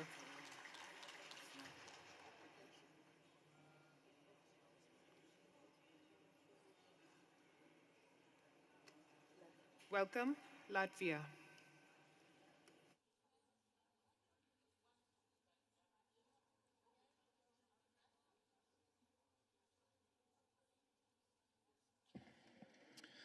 Excellencies, dear colleagues, today's topics has been discussed a lot. However, the achieved results require the search for the new and more effective ways how to make parliaments and governmental institutions stronger, how to make citizens to trust them more. In 2022, the Global Peace Index found that the world is at its lowest point of peacefulness in the last 15 years. In 2023, the average level of global peacefulness again declined by 0.5%. Peacefulness in 79 countries has worsened. The use of brutal force in solving any problem is already becoming like normal, but we cannot justify it. We have to work hard to achieve the peaceful coexistence in the world, listening to all voices of society. Some insights of how Parliament of Latvia allows the public to get involved in the creation of laws. Already 10 years ago, a national citizen legislative initiatives platform, My Voice, was launched in Latvia. The aim was to help in the democratization of society and country, to provide the possibility for the citizens to promote their initiatives and gain support for further submission of them to the Parliament. After the initiative is approved by My Voice, it should collect 10,000 signatures in order to be submitted to the Sejm. In 10 years, My Voice has had almost 300,000 unique users and more than 1.5 million votes, which is a considerable number for a country of 2 million people. Every year, about 30% of the population are visitors of the platform. This national citizens platform is the most successful case of internet activism in Latvia and according to them in the world. My Voice has very good rate of success. Approximately half of the public initiatives are either supported by Sejm or are in the process of review. Initiatives cover the widest spectrum of topics: tax, education policy, penal practices, demographic, vaccination issues, and others. In numbers, this year, within 9 months, 32 initiatives were submitted to the Sejm. 2 of them already became laws. 23 applications are still in progress. 7 has been rejected. Ladies and gentlemen, Latvia is a small country on the world map, but our experience from the previous century going through the war, occupation and deportations is significant. We understand the evil and sufferings of the war. And war today is raging not only in Ukraine, but in the Middle East, Africa, and other places. Dear colleagues, I want to remind you that our nations have given us parliamentarians mandate to shape people's present and future. And we have an obligation to do everything in our power to stop the war, madness justifying killed children, raped women, broken dreams and lives.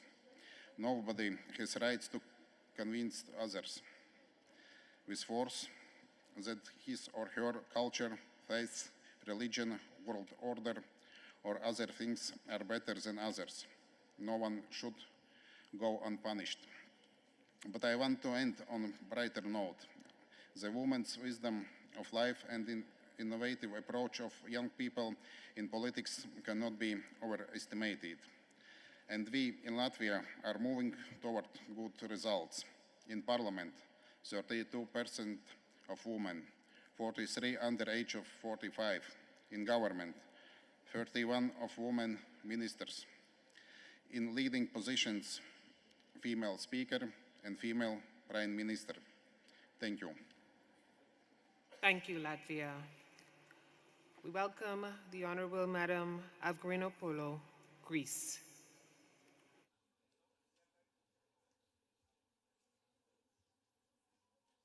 Thank you, Mrs. President. Your Excellencies, dear colleagues, it is a fact that ongoing and new violent conflicts around the world are derailing the global path to peace and achievement of SDG 16.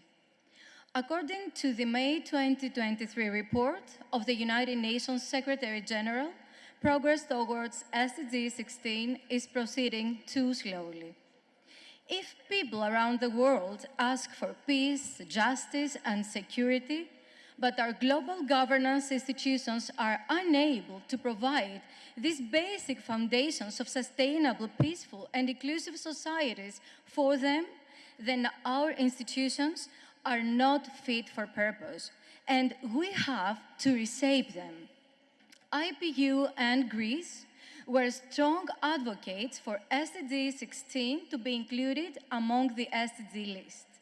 And it is indeed true that the key elements of IPU lie in the heart of the SDG strategies in order to help build resilient and innovative institutions and to help parliaments become more democratic, fair, and sustainable. IPU itself is becoming better every year, but it is on all of us to make this institution more pertinent, more fit for purpose. The second oldest organization of the world, pre-existing and the co-founder of the United Nations, needs to redefine its position in the world today.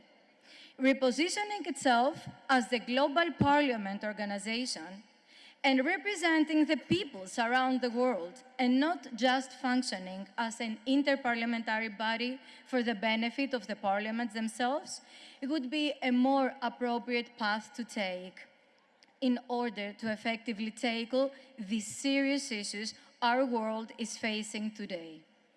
The development is the appropriate response to the SDG 6 and SDG 6.6 and 0.5. Namely, not only advocating for the development of effective, accountable, and transparent institutions, but also for responsive, inclusive, participatory, and representative decision-making at all levels, including the global level, respectively.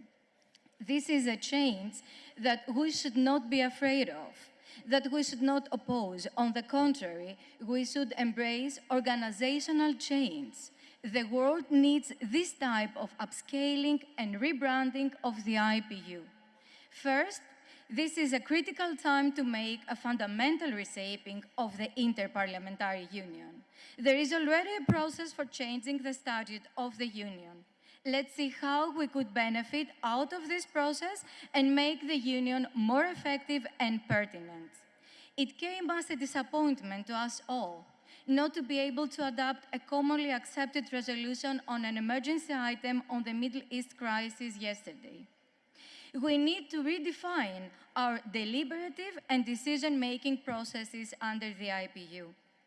We could not be inactive and ineffective in the face of humanitarian emergencies. The world needs a stronger IPU in the wake of armed conflicts, climate crisis, social injustice. Second, the IPU work should be more visible to all the members of our parliaments and directly to our constituencies as well. Today, this is feasible via the social media and artificial intelligence tools. We could do better use of them in order not only to spread our messages to the people, but also to hear and learn by the people directly. This is a call from Athens, the cradle of direct democracy, for all, we say. Last but not least, we have to keep redefining our relationship to the UN and other global intergovernmental organizations. We have to deepen our cooperation in critical matters and make our participation more effective and integral to their processes. IPU has to fill the democratic gap that exists in the global governance field, that exists in our world. Let's start realizing SDG 16 from our home, IPU today. Thank you very much. Thank you to the Honourable Member of Greece.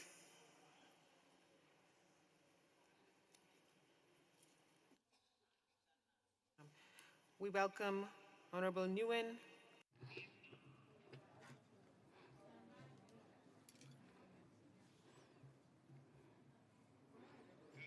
Madam President, ladies and gentlemen, we are living in a era where humanity confronts a multitude of profound difficulties and challenges, which are derailing the progress of the UN 2030 Agenda for Sustainable Development, making it difficult to achieve the planned goals. This demands countries to enhance their capacity to ensure a peaceful and stable environment, to adjust society's strong institution, especially for nations affected by armed conflicts, inequality, and emerging challenges such as climate change, energy and food security, water shortages. This requires full and meaningful participation of the people and relevant parties, especially leveraging the roles of legislative and elective bodies. Vietnam National Assembly appreciates the IPU 147 theme, Parliamentary Actions for Peace, Justice and Strong Institutions, which is closely linked with the SDG 16, emphasizing the role and actions of legislative bodies worldwide and in line with the international efforts to realize the 2030 Agenda and the IPU Strategy for Peace, Cooperation and Sustainable Development. Ladies and gentlemen, after 37 years of reform, since 1986, Vietnam has achieved significant milestones in sustainable development and poverty reduction, with the implementation of the MDGs and the 2030 Agenda being in the spotlight. With the engagement of the entire political framework, the SDGs are integrated into both national and local development strategies and plans. This includes promoting the rule of law, ensuring equal access to justice, participation for all citizens, and building strong institutions, all of which align with the SDG 16. Vietnam has systematically fortified the legal framework in underpinning the nation's comprehensive reform. The focus of this process is legal system and building a socialist rule of law state, one governed and by and for the people, developing a market-oriented socialist economy, promoting democracy, safeguarding human and civil rights, ensuring national defense and security, and actively participating in international integration. Vietnam is committed to create a truly just, equitable society, ensuring that no one is left behind, and fostering the participation of all segments in society, including vulnerable groups, in policy making and social welfare assurance processes. Vietnam has recorded notable achievements in the promotion of gender equality, the protection of women and children, and combat against gender-based violence, ensuring the involvement of women and girls in building peace, access, justice, and establishing strong institutions. In addition, we remain proactive in international integration and in the collective efforts of the UN to address issues such as peace, security, promotion of human rights. Ladies and gentlemen, as multifaceted crises are profoundly impact the lives and safety of all citizens, the imperative for actions to build trust, reinforce institutions, and sustain peace and development has never been more pressing. Therefore, the efforts of individual nations alone are insufficient. What is required is effective, transparent support and collaboration amongst nations and international organizations to uphold the supremacy of international law, especially the UN Charter. It is also essential to amplify the voice and ensure equal participation of developing nations in global governance system, especially in peace, security, and responding to global challenges. Vietnam appreciates the proactive role played by the IPU and consistently aligns itself with the IPU to foster dialogue, collaboration amongst member parliaments, fostering connectivity, sharing solutions to contribute to the sustainable global peace.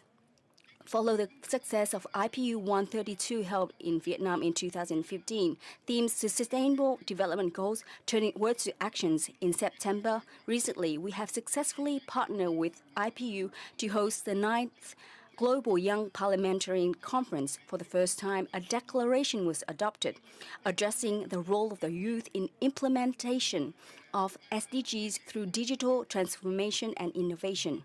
This underscores the determination and consensus commitment of the National Assembly of Vietnam, parliamentary bodies worldwide, and IPU members in promoting the implementations of SDGs.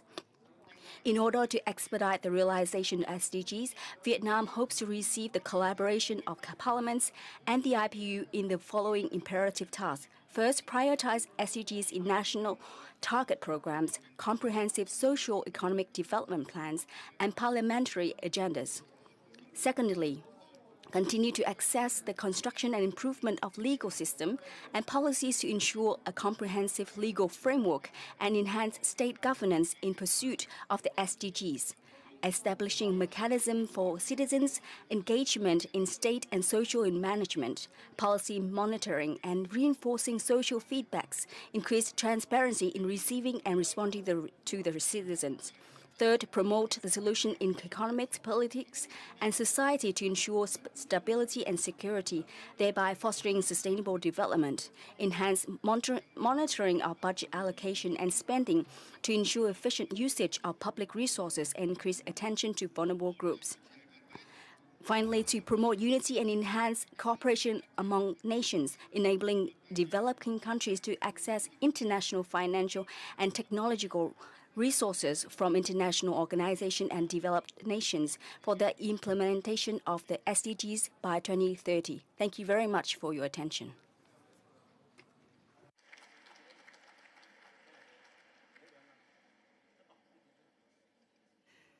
Thank you, Vietnam. We welcome Thailand.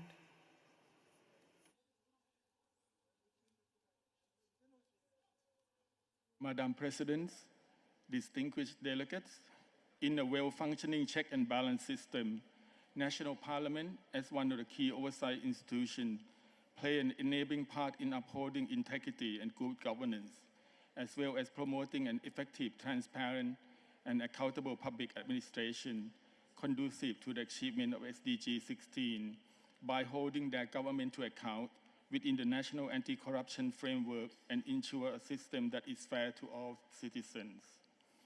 In recent years, Thailand has been pursuing a number of legislative initiatives to strengthen national legal framework for public integrity and improve effectiveness of anti-corruption mechanisms. For example, 2018 new anti-corruption organic law was passed by the Thai Parliament with the aim to extend its scope beyond high-ranking political officials and member parliament candidates who are already subject to financial disclosure system, as well as code of conduct and other ethical standards for MPs. This new legislation was not only amended to cover family members and political parties of elected officials, as well as foreign public officials, staff of international organizations, and foreign companies that open businesses in Thailand, but also explicitly address conflict of interest and lay down new guidelines for gift and hospitality policy in line with the UN Convention Against Corruption.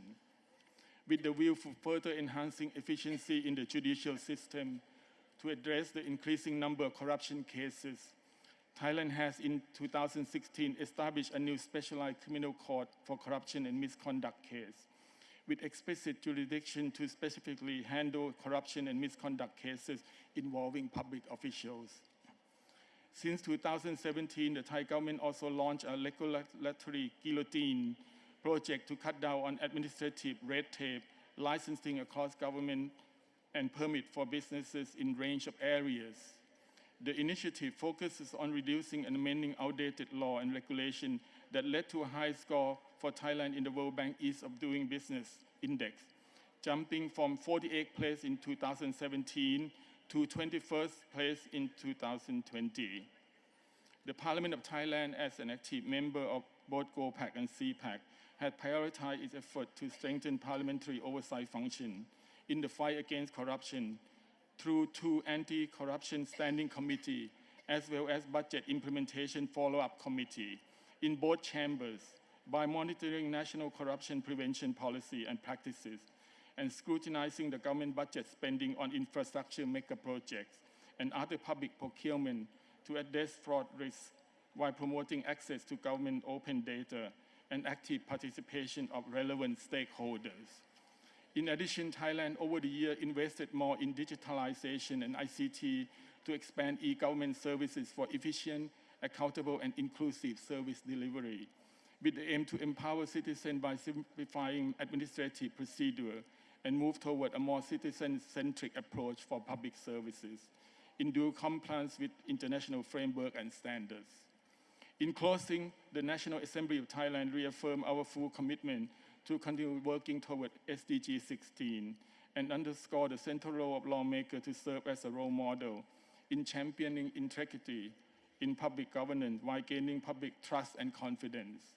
Parliamentarians must lead by example in setting up a high ethical standard for public officials, as well as fostering a culture of zero tolerance against all forms of corruption, to shape a just people-centered and inclusive society built on accountability, transparency, and respect for human rights, as well as the rule of law and good governance at all levels. Thank you for your attention. Thank you, Thailand. We now welcome Honorable Madam Rodriguez Montero from the plurinational state of Bolivia.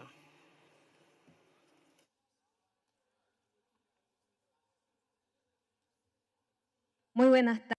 Good evening and greetings to the Government of Angola. For all parliamentarians present here, I wish to send friendly greetings from the Bolivian people. We are being hosted here at the 147th Interparliamentary Union Assembly, and we have a great challenge before us. Create a dialogue which will make it possible to build parliamentary tools as a solution to the problems afflicting the world. My name is Halite Montero, and I represent the plurinational state of Bolivia. I come from the Amazonian Bolivia, a region which constantly is in search of peace, justice, and in particular, institutions free of corruption. This complies with the commitments made by governments to the United Nations. We need, indeed, to aim to attain the SDG goals. We must all contribute to looking for solutions that will enable us to mitigate climate change, which has an impact on peoples around the world, and in particular countries like Bolivia. As a young woman, we have different groups which promote the defense of the environment and women's empowerment, particularly in the most vulnerable sectors, that is, the indigenous women. They are constantly exposed to violence. Similarly, we have a generation of new leaders which are growing amongst youth. This means that we should achieve greater levels of social justice as required by our population. Only in this manner can we bring about peace and stability. Notwithstanding, we must also criticize ourselves and criticize what is happening in our countries, for example, Bolivia. In the Constitution dating February 2019, we have ethical and moral values laid out, and we have the notion of ama suya. The translation in Spain is not to be weak, not to steal, not to lie. We try to achieve transparency as a basis for our state. To date, this is not something that the current government has achieved. Constantly, we are learning about various cases of corruption, which I don't want to share with you and discuss in particular, but the only means we have is to denounce these cases. Since June of this year, the legislative body has not been able to play fully its role owing to government intervention and the legal powers. Given this situation, it is extremely important to analyze progress in terms of SDG 16, that is promoting a fair, peaceful, inclusive society. Indeed, we need to build a really objective democracy where the vulnerable sectors take decisions in order to be able to shape their own future based on a policy of inclusion, real policies based on inclusion, based on recognition of our differences and what we have in common. Finally, I wish to wind up this message by addressing all nations around the world. May I say, many people try to hurt their fellow man or woman, but we have to aim at justice, and this justice will, in fact, be only achieved if we can achieve true and full equality. Thank you. Lynn.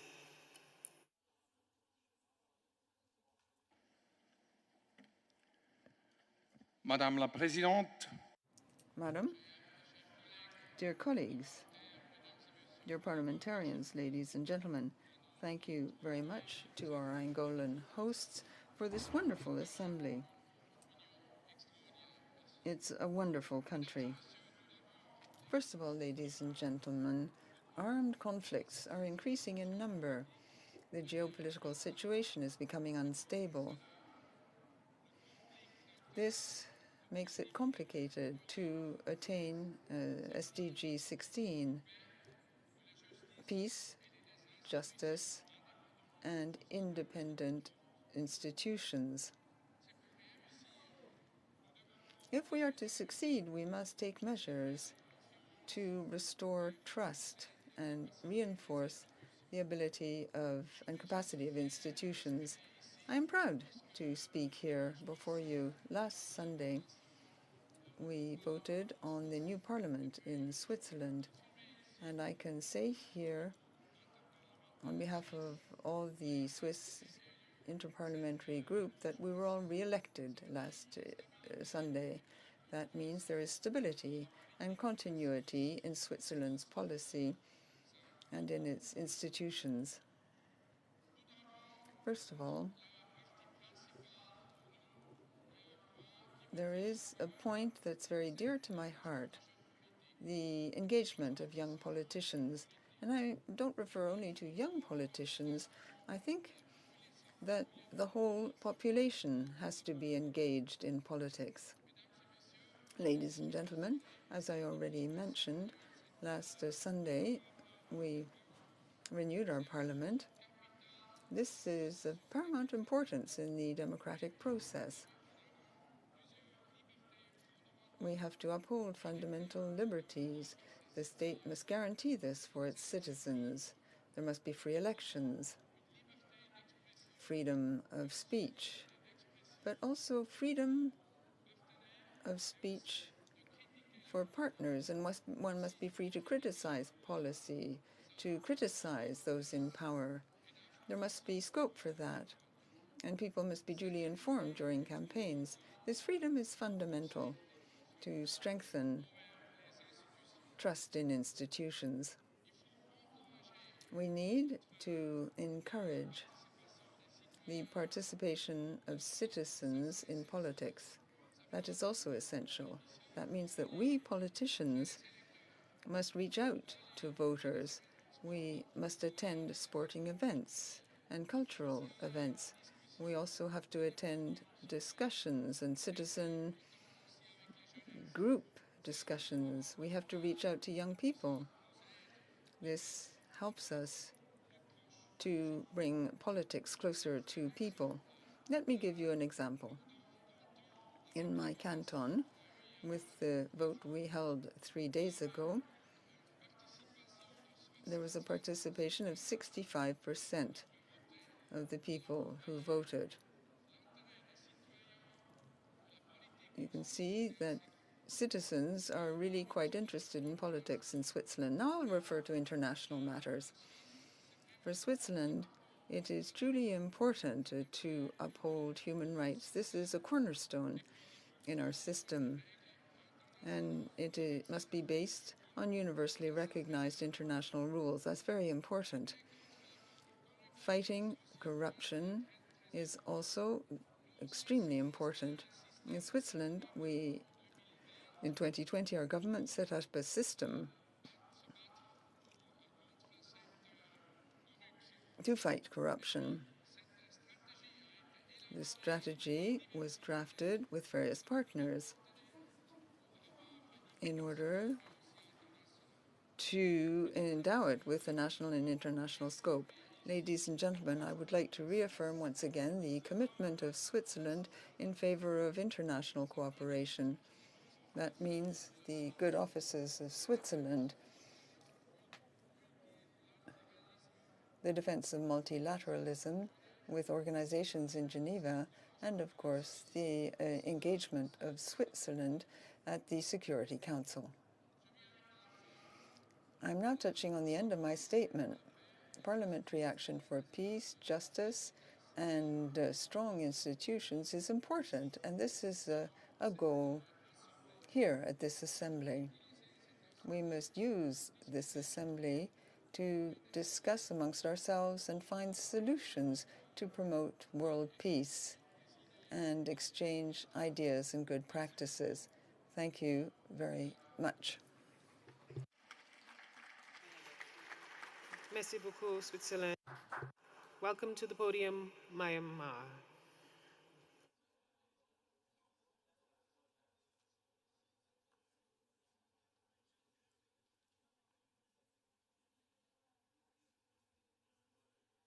Honorable Madam Chair, presiding officers, Secretary General, fellow parliamentarians, attendings, friends, Mingalaba, good afternoon. I am Dr. Wimye, representative from committee representing Pidangzu Hluto, that is Union Parliament CRPH in Myanmar, Bahamas. Since after the military coup on the 1st of February 2021, Myanmar people, including all ethnic nationalities, are not in peace. There is no rule of law in our country. Violence, arbitrary detention, tortures, and brutal oppressions are everywhere. The illegal coup has triggered escalating human rights and humanitarian catastrophes. Military has committed widespread atrocities, killed more than 4,000 people, including mass killing massacre, more than 22 times, detained more than 25,000 of civilians, destroyed more than 80,000 houses and buildings, including schools, health clinics, monasteries, churches, and forced 2 million people to internally displace. No place is sacred or safe in Myanmar. The military junta's actions have stifled our nation's progress, imprisoning Aung San Suu Kyi and her colleagues, forcing some to seek refuge in neighboring countries and some in third countries. We are thankful to these countries for their support. It is obviously clear that the military dictatorship is driving our country away from sustainable development goals. Military's brutal oppression against pro-democracy movement and human rights activists are substantially damaging peace and justice in the country. We envision restoration of federal democracy and parliamentary system is the best way to granting peace, justice, and strong societies in Myanmar, the SDG 16. It is the only way to long-lasting peace. We are so grateful that the international community and IPU also concur our vision. I express deep appreciation to the Angolan National Assembly for understanding and standing with us for our struggle and as host. Dear colleagues, we need your continued support to help achieve our peace. In this special occasion, I would like you to do 3 things. 1, express your concerns on the situation in Myanmar, Burma, in your parliament. 2, urge your government to put more pressure on the military junta to end their atrocities. And 3, encourage your government to provide financial and technical aid to our democratic representatives to strengthen our enhanced civilian administration and democratic institutions. Thank you very much. Thank you, Myanmar. Welcome from Qatar, the Honorable Ali Babi.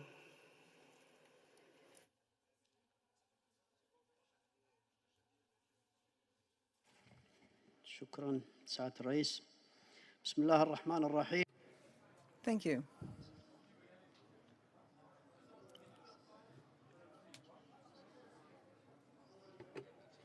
I wish to thank the President of the Assembly, President Pacheco, parliamentarians, attendees. May the peace of God be with you. In my own capacity and that of the Advisory Council of Qatar, which is attending this assembly, I wish to convey my greetings to you all and the greetings of President Hassan Belamin, the President of the Advisory Council. Greetings to come from my brothers and sisters on the Council, and I wish this assembly great success. May it take very relevant decisions. I wish to thank the people of Angola, its government and its people for the excellent organization of this assembly. Dear brothers and sisters, we are meeting today at a time when the world is experiencing a situation that smells of blood and death. Wars between peoples, fights for liberation. Part of our world is currently undergoing a blockade. We are very sad when we see this destruction and death, the destruction of the dignity of men and women without taking account of UN resolutions or international conventions. We are meeting today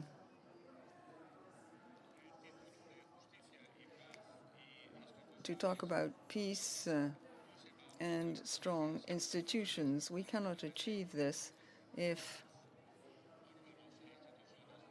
we fail to work with the institutions of our countries to bring about equality before the law. We all have opportunities to work through our institutions, which should not let the corrupt or people who commit crimes go unpunished.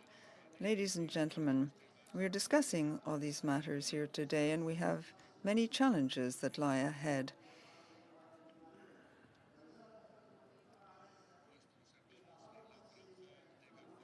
Our brothers and sisters in the Gaza Strip and the occupied Palestinian territories are living in a situation where they don't have electricity, medicines, basic services. And for the third week, they are being brutally bombed. Thousands are dying and are injured. Many women, many children are living through this situation. Homes are being destroyed and are crumbling on their inhabitants. This is a violation of human rights. A lot of them, like in many other countries, are displaced as well. We parliamentarians who represent our peoples, we are faced with major challenges, which means that we must all work together hand in hand in order to attain the Sustainable Development Goals.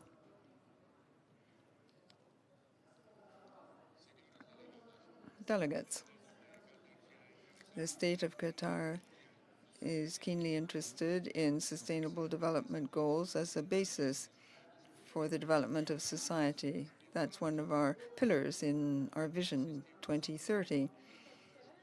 We always insist on our position, which rejects terrorism and violence Whatever the reasons may be, that is a danger for our societies. We need to step up efforts. The state of Qatar is also deeply involved in the international fight against terrorism. We need to put an end to this situation. We agree with the United Nations and its policies. We are one of the countries that firmly supports international organizations, in particular through the Qatar Fund, which finances development projects around the world. Also, Qatar gives assistance to brother countries in order to overcome natural disasters. Reconciliation is important to create peace and stability.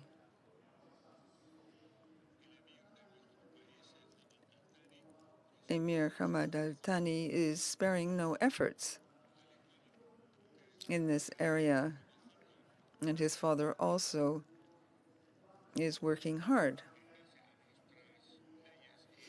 based on our laws and our beliefs to put an end to conflicts. It's a question of credibility, which characterizes our country and its defense of international values and principles. Finally, I hope that we will be able to attain all our goals. Indeed, I hope that our peoples will be able to experience development and peace. Thank you very much, and may the peace of the Lord be with you. Thank you, Mr. Alababi.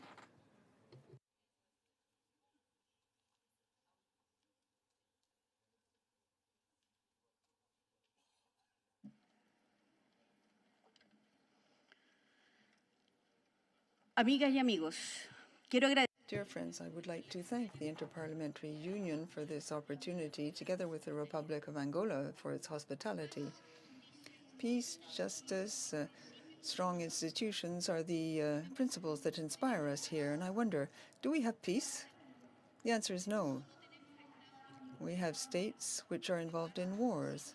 Peace has been eaten away. In fact, on the other side of the world, we even experience the consequences of the situation. The civil population, women, children, sick people, adults, are caught up in attacks and are exposed to crimes which international law punishes and which the international community is trying to avoid. War, even war, has tremendous limits. The international community has to react firmly. Justice. Do we have justice? Well, international institutions that are strong, our duty is to create a space for dialogue, to bring an end to conflict. We have to uphold the standards of civilized nations. And if the standards we adopt are not fair, then we have to reform them. Life in society is in danger. We have climate change, and it's our responsibility to do something. One must not forget that a great power has a great responsibility. It's not a choice now. It is our duty to speak out against war, particularly when war breaks out. We have to bring about agreements. The voice of the majority must speak out clearly, as we did yesterday, and this voice must be respected. It's not possible to leave this assembly without speaking out against the attack by Israel on Palestinian people. And condemning war is a step towards a more civilized, more peaceful, fairer world. I come from Chile, a small country where any citizen is free to express his or her views. I come from Chile, which on the 11th of September commemorated the 50th year of its democracy. As Allende said, he was thinking about the workers, the oppressed, people who've never had the opportunity to enjoy the benefits of our very rich country. We have 20 million inhabitants, and we have a public health system with free access. We get a guaranteed minimum pension also from governments when we retire. We have reduced the working day to 40 hours in order to make it possible to lead a balanced life. And we have a minimum income. Our community, LGBT, also is free, and there is freedom to contract marriage. We need to establish the foundations for health and healthy living in the population. And finally, we also need to ensure we receive the benefits of the mining of copper and other mineral wealth we have in the country. We are moving forward towards carbon neutrality. And despite efforts made, the effects of the pandemic, we are indeed moving forward in this area. Yet we have great challenges ahead as a nation. There have been 2 attempts to thwart the Constitution and amend the Constitution where there was no union. The private system is trying to establish a system where there's great poverty. We have people who are suffering from hate crimes. There are fascist parties. We have the victims of the dictatorship, which are still calling for reparation and justice. Today in our country, we're engaged in a process where we need to ensure representation of minorities. Things didn't begin on the 7th of October. We have the legitimate aspirations towards self-determination, which have been thwarted by attempts at violence. Finally, I would like to say that I am the first MP to represent the LGBT community in the country. In 2021, we agreed to marriage between same-sex marriage. Dear friends, we must build up our history as a people, and now, rather than later, we have to indeed establish freedom to build up a fairer society. Thank you. Thank you, Chile. It's now my pleasure to welcome the Honorable Madam Bradley from the host country, Madam Valenti, of the host country of the Republic of Angola.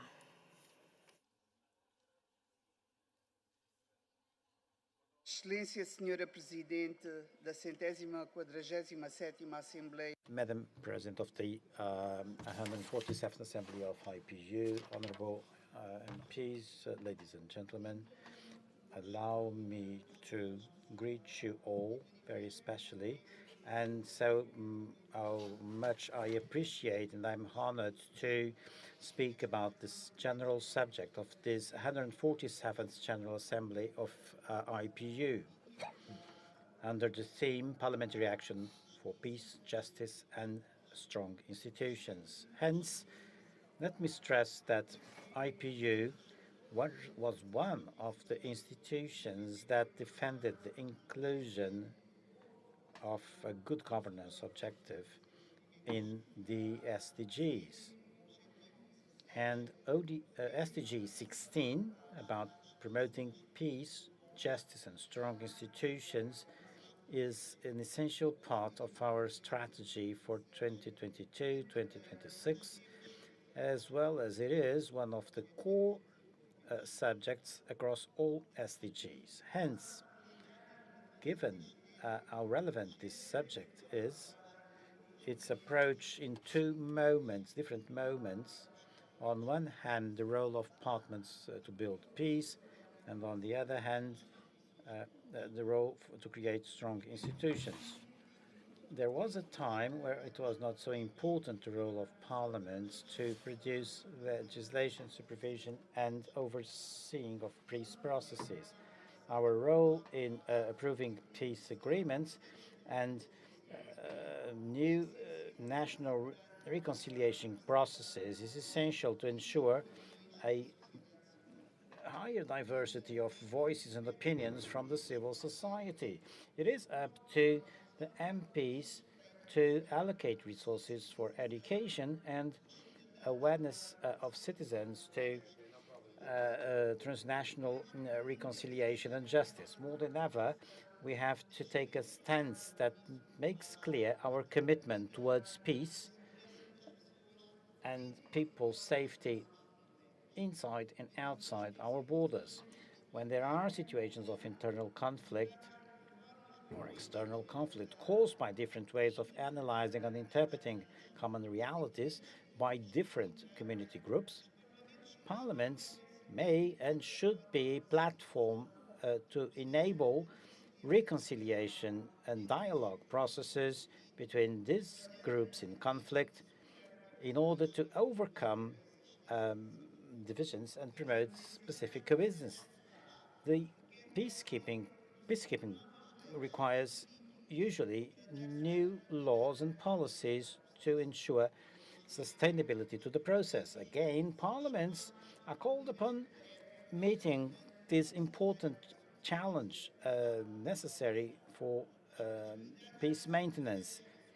The weaknesses about these processes require that resources are allocated to fund the different actions that are necessary for this peace operations, and as well as a process for education and awareness of people in the new environment that is created.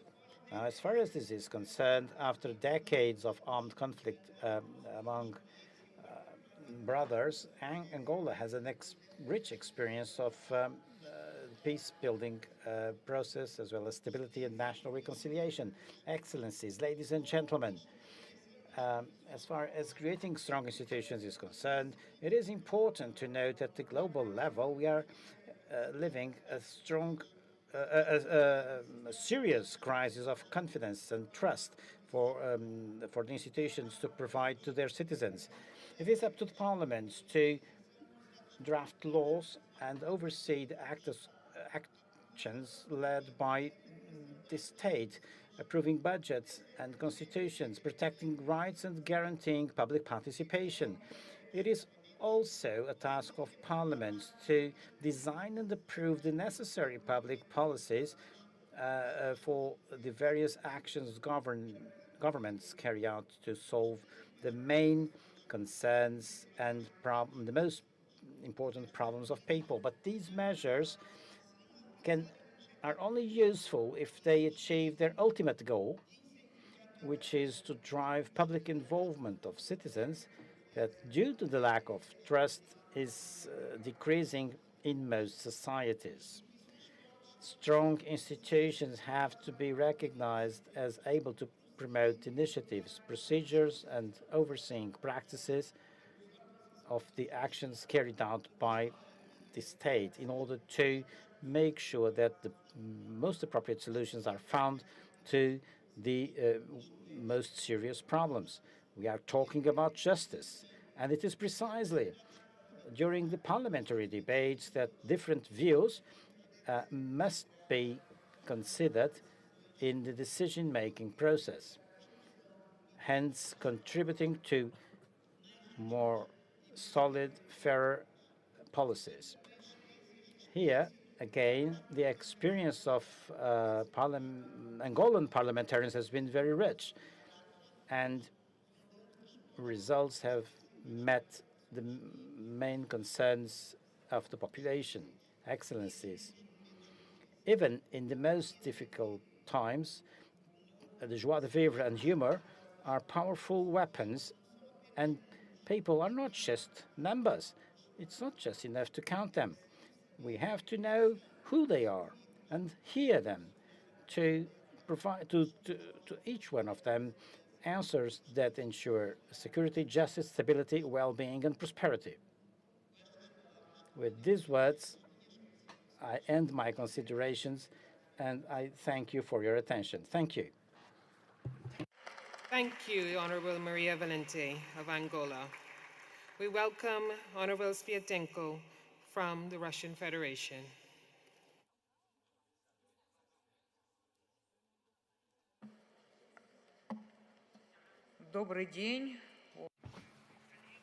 Good afternoon, dear colleagues.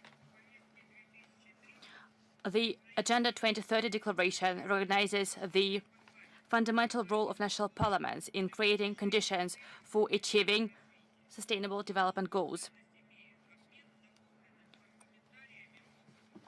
The special value is in exchange by parliamentarians of experience they have accumulated in terms of implementation and monitoring of progress to achieve SDG. Thanks to legislative work that the Russian parliament holds, a lot has been done in terms of children's security. Changes have been introduced in the penal code of Russia to reinforce responsibility for committing crimes against minors, people underage. A law has been passed to prohibit propaganda of non-traditional sexual relations, pedophilia, and information that is able to incite to change of gender. It is important for parliamentarians to help the supremacy of law and assuring equal access to justice. In Russia, the number of types of punishment increases that are not related to restriction of freedom, and the number of abuse, the amount of abuse in law enforcement bodies is decreasing. A lot of work is carried out to reduce illegal financial flows. The parliament also draws a lot of attention to reducing corruption. We understand, we are aware of the scale of this problem, and we do a lot to resolve it.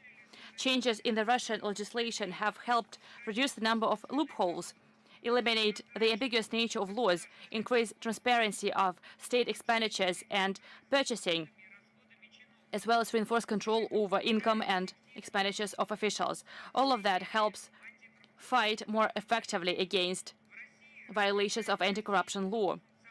A network of multifunctional centers is developing in Russia. Provision of state services in electronic form is expanding.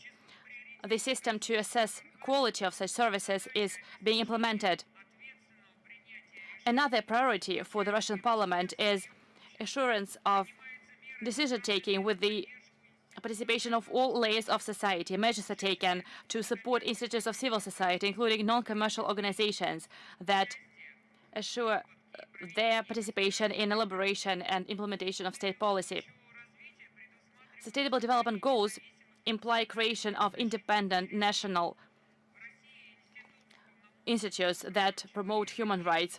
In Russia, there is the Institute of Human Rights Ombudsman. It has been enforced since 1994. Last year, 79.4 thousand requests were studied. Help was provided to more than 13,000 people. Parliamentarians pay a lot of attention to women's agenda. As of the beginning of this year, representation of women in the Federal Assembly was 18% of the overall number of parliamentarians, which is 6% higher than in 2014. As of 2021, women accounted for 40% of the overall number of managers in federal agencies of state power, and more than 60% of managers of head superiors of executive power in different entities of the Russian Federation. Since 2015, one of the key formats for it has become Eurasian Women's Forum. It is a very respectful international platform that gathers women leaders from more than 100 countries of the world. Next year, Russia will host the 4th Eurasian Women's Forum. I want to seize this opportunity and invite all women parliamentarians to participate in this forum on behalf of the organizational committee of the forum.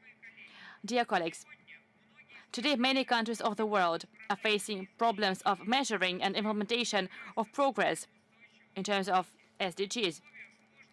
In the context of a complex social and economical situation, increase of political and military tension, tasks like supremacy of law, security, fight against corruption, assurance of informational openness are of crucial importance for progress of SDG implementation in Russia and in other countries. I'm sure that cooperation and exchange of experience in this sphere in international parliament platforms will help us move more quickly to reach our goals. Thank you very much for your attention.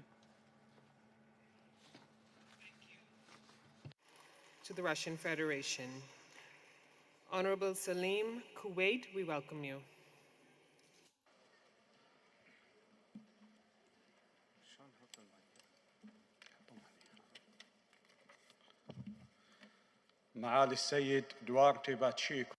Your Excellency, Mr. Duarte Pacheco, President of the Interparliamentary Union, ladies and gentlemen, brothers and sisters, heads and members of parliamentary delegations, ladies and gentlemen, August Assembly, may the peace and blessings of Allah be upon you. At the outset, allow me to commend the selection by the General Assembly of the IPU of this very important topic, parliamentary action for peace and justice and strong institutions. This is a very timely topic because it underlines the commitment of the IPU for decades now to the necessity of establishing justice and peace on the basis of the same set of rules, and I'm referring here to international law. International law rests upon social justice, strong institutions that are capable of making a real change and impact. Ladies and gentlemen, the crises that the world is witnessing today and the successive challenges have unfortunately restricted the capacities of national institutions. They have undermined the confidence and trust of our citizens in the capacity of institutions to protect their rights. Therefore, the culture of extremism and radicalization have become very widespread. This has led to a multiplicity of bad practices and negative attitudes. All of this has undermined international peace and security and stability. The biggest testament to that would be the suffering of our people in Gaza. They have given the greatest example of courageous defense and protection of one's nation and one's soil and territory against the heinous crimes of the occupying entity, which still perpetrates its crimes before the watchful eye of the international community. These crimes are targeting mainly women and children, innocent women and children. The occupying entity has cut off water, electricity, and medication. It has systemically destroyed infrastructure, civilian infrastructure, by bombing and targeting hospitals with very sophisticated weapons and weapons that are prohibited internationally. Therefore, we reiterate the right of the Palestinian people to establish its own nation-state on its territory with Jerusalem as its capital. And we beseech the international community to respect the will of the Palestinian people by lifting the siege, this blockade that is being imposed unfairly on the Palestinian people. This is the only pathway for justice and peace in the region. Ladies and gentlemen, we all know undoubtedly that cohesion and peaceful coexistence cannot be achieved without strong and effective institutions. Only through such institutions can we truly guarantee cooperation between the governed and the governors. This can guarantee transparency, accountability, justice, and peace. Strong institutions mean limiting and curbing corruption, countering transnational crime, guaranteeing equal accountability before the law, strengthening the rule of law, and guaranteeing equal opportunities for everyone, building a cohesive and strong society that refutes violence and extremism. Therefore, the principle of strong institutions is the main gateway to be able to push forward sustainable development. This is the ultimate goal for us to achieve unified societies and communities that can overcome their ethnic, racial, and social differences so that the voice of real citizenship can be heard based on an utter respect and an utter confidence in the capacity of state institutions to face internal and external challenges and protect their citizens. Therefore, parliamentary action has to focus on revitalizing national institutions. This has to stem from our deep belief in the fact that these strong institutions will be the true drivers of change, the true drivers of sustainable development and a peaceful coexistence. This can be achieved by strengthening and promoting legal frameworks, but also by achieving understanding and the building of bridges of understanding, mutual understanding, in order to protect basic rights and freedoms. Ladies and gentlemen, what we sow today, we reap tomorrow. Our hope in a better future, a brighter future based on good citizenship, cohesion, and social stability. All of this would contribute to achieving world peace and justice. Thank you for your attention. May the peace and blessings of Allah be upon you all. Thank you, Kuwait. Honorable Amin from Iraq, we welcome you to the podium.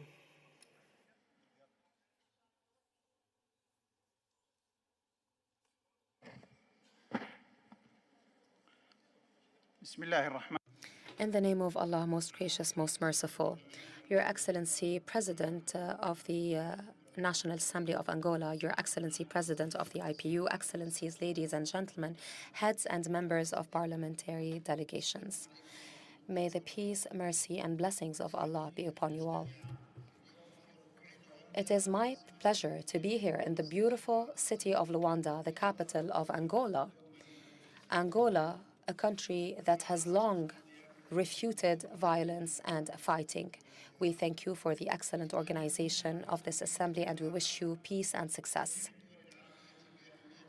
We in Iraq and in Arab countries at large believe in the supremacy of international law, peace, and justice. Therefore, I started this intervention by wishing you peace. May the peace of Allah be upon you. We believe that peace will contribute to achieving sustainable development at all levels, especially when it comes to Goal 16, pertaining to the promotion of peace, justice, and building strong public institutions that are capable of protecting the unity of peoples, responding to their needs, and meeting their ambitions in all avenues of life. Ladies and gentlemen present here today, our peoples that we hope to best represent have pinned their hopes on us to come up with good strategies and good policies to be able to face all sorts of challenges and obstacles that have unfortunately multiplied in the face of peace, prosperity, and sustainable development. As you all know so well, we need countries and governments in all corners of the world to abide by the principles of international law and international charters that govern the relationships between countries, so as to truly focus on collective efforts regionally and internationally on building a better future, a more prosperous future, a safer future, and a future that is secure. However, repeated violations of human rights in certain countries of the world preclude us from achieving this common goal. This undermines the very core of public institutions that are supposed to be strong, to be able to protect their peoples and to be able to serve citizens at the very minimum. In order to achieve good governance, we need to coordinate among ourselves. We need to share best practices and lessons learned from other countries of the world. Therefore, we call upon the international community to stop this silence towards this unprecedented cycle of violence. I am referring to the bloody massacres and slaughters being perpetrated by the Israeli occupying forces in the Gaza Strip without any deterrent, not human deterrent, not moral deterrent, and not religious deterrents. It is blatantly violating international law and international resolutions. In this regard, I would like to reiterate that peace and security and justice in our region will not be achieved as long as Israel, the occupying force, the violator, believes in the law of the jungle and uses an excessive amount of force against women, children, and the elderly in the occupied Palestinian territories. What is happening here will forever be engraved in our memories as a shameful reminder of what we have not done today. Western countries are allowing Israel to be above the law. In this international tribune, I have to commend the role of national parliaments and parliamentary diplomacy in truly making a change on the pathway to combat extremism, radicalization, and violence, and stopping the use of the policy of double standards. Parliamentarians play a major role in remaining committed to international law and to our moral and cultural values that are also very deeply rooted in our religions. We have a role to play in strengthening the culture of citizenship and dialogue, regardless of racial, political, religious, or ethnic affiliations. From this tribune, allow me to say very frankly that today we need to rebuild confidence and trust in international organizations that work towards implementing international humanitarian law. We need to call for a return towards our human values and principles that are common to all peoples of this world. In conclusion, I would like to remind everyone that Palestinians being slaughtered today, the children, the women, the elderly, the sick, are human beings just like you and me. Supporting the murderers, not stopping the murderers, and remaining silent in the face of such murders makes us and you complicit. Arab peoples, too, have the right to defend themselves and liberate their occupied territories. Military combat has to be done in line with international law. What is being perpetrated by Israel is a Holocaust, is a war crime in the true sense of the term. I invite you all to not forget the pictures of butchered women and children, their limbs scattered all over. Do something about this. I wish you peace. I wish you a world free of terrorism, free of occupation, reigned and governed by justice and prosperity. Thank you. Thank you, Iraq. Honorable Yang of Cambodia, we welcome you.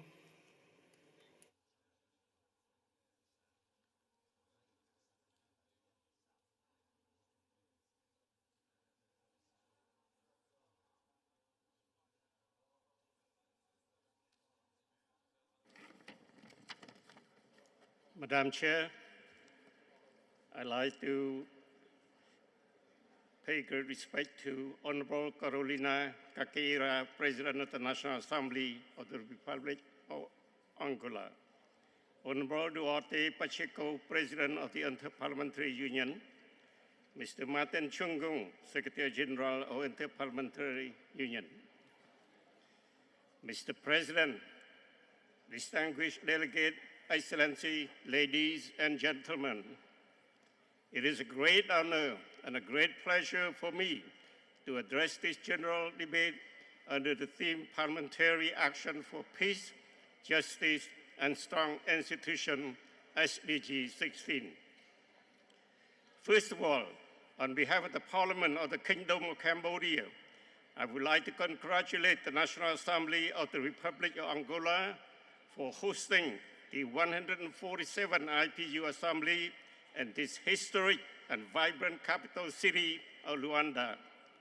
I would like also to express my deep appreciation for its warm welcome and great hospitality.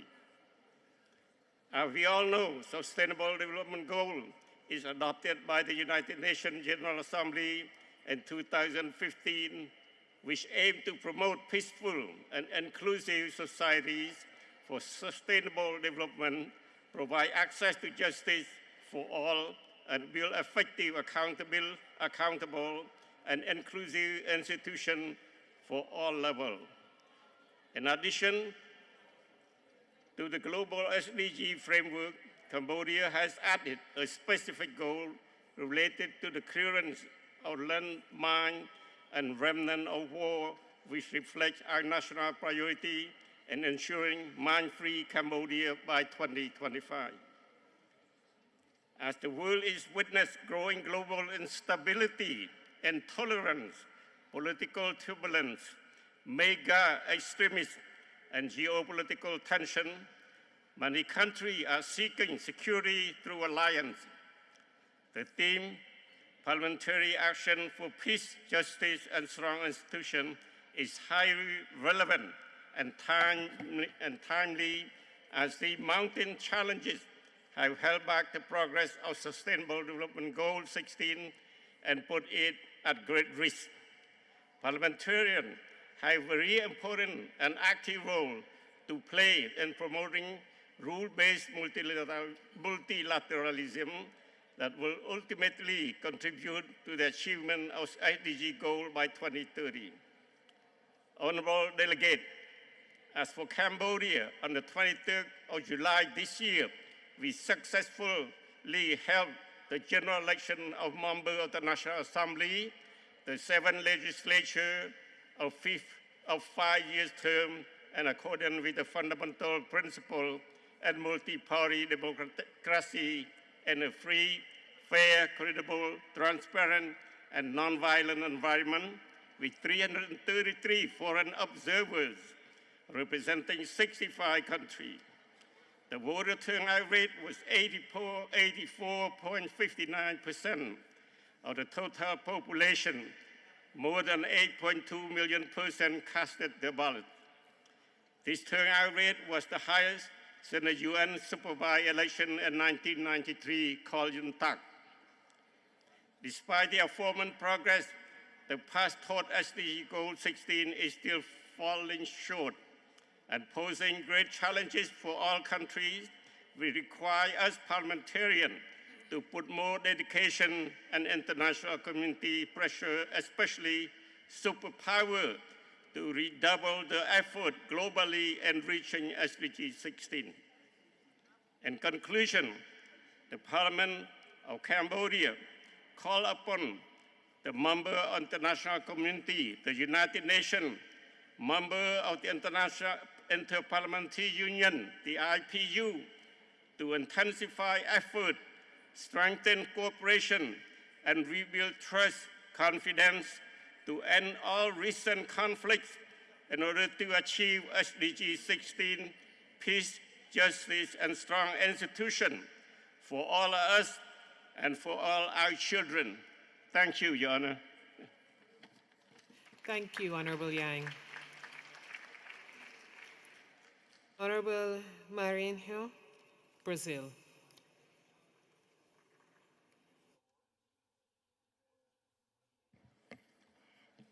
Senhoras e senhores congressistas. Ladies and gentlemen, delegates of all parliaments, I would like to congratulate you and greet everyone. As an MP elected by the Brazilian people, it is an honor to me to participate in the work developed throughout this meeting. It's through action of the representatives of the people that we can draft legislation, oversee the executive power, and represent the interests of the people. We have been struggling to make sure all minorities' rights are observed. The Congress should lead efforts that ensure the inclusion of minorities and vulnerable populations. To achieve the goals established by the ODS, by the SDG 16, we have to develop effective, inclusive, participated, and transparent institutions, as well as adequate decision-making processes that are representative. Parliamentarians must explore different ways of improving their processes and systems of work, being closer to citizens, giving visibility, and providing access, public access to the parliamentary committees. In Brazil, the Congress committees want to come closer to the people through public hearings, with the presence of representatives from the civil society and several bodies in order to discuss legislative matters or issues of public interest. I remind you that Brazil is a country with a huge dimension, with different minorities that require the support from the state. These minorities have to be taken into account in the decision-making processes across all areas. Quilombola communities. Quilombola are communities that were created by slaves that were able to run away until 1888, when slavery was abolished. These quilombolas communities are present across the Brazilian territory, and there we find a very rich culture. The federal government created the program Brazil Quilombola that involves several actions called Social Quilombola Agenda. These actions are aimed at improving the living conditions, extending access to goods and services for quilombolas. This agenda involves land ownership, infrastructures, quality of life, supporting local development and production and economic autonomy. Moreover, it drives the participation of quilombola representatives in the collective spaces for control and social participation councils, local fora for public policies. Despite the government actions, the dwellers of these quilombos face many challenges, including the official ownership of this land. I would like to point out or to note the importance of these peoples, originary peoples, native peoples in their national territory. According to the Human Rights Observatory, in the past years, violence against Brazilian natives has been very significant. Not just they were neglected by the institutions, their land has been taken over illegally, they have suffered physical violence, and illegal activities have been held in their territories, such as mining and forestry. Brazil has been trying to revert this situation. This year, the Congress has approved a measure set by the federal government that has allocated funds to support the native peoples, namely land ownership, food security, and health. The National Foundation for the Indian aims at protecting the rights of the indigenous people in Brazil.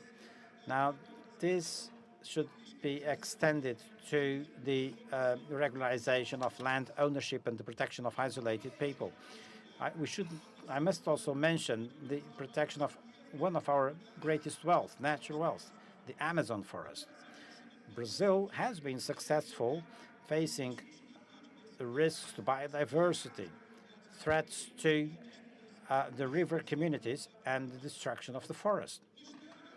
In the Amazon state, where most of the forest is located, 97% of the forest coverage is totally preserved thanks to the government actions. By the way, Brazil is one of the key players, global players, regarding the use of clean energy. According to the Ministry of Mining and Energy, more than 85% of our electricity comes from renewable sources. We were pioneers using ethanol as a fuel for cars. And then this has been taken over all over the world. Currently, we are very engaged in expansion of solar energy and having also some wind farms. The Congress has been trying to advance public policies that help reduce violence at all levels, in compliance with what has been agreed by this international organization. In Brazil, violence affects mainly the poor and black population.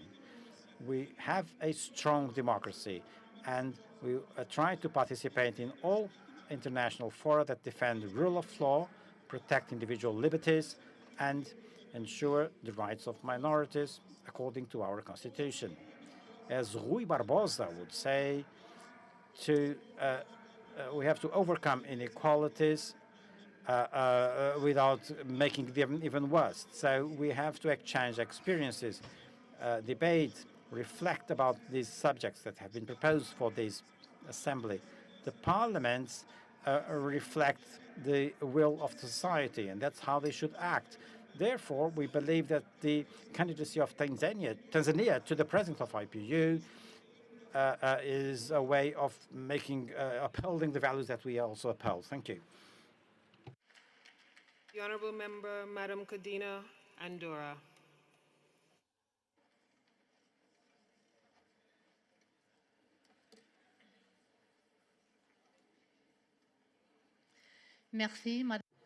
Thank you, Madam.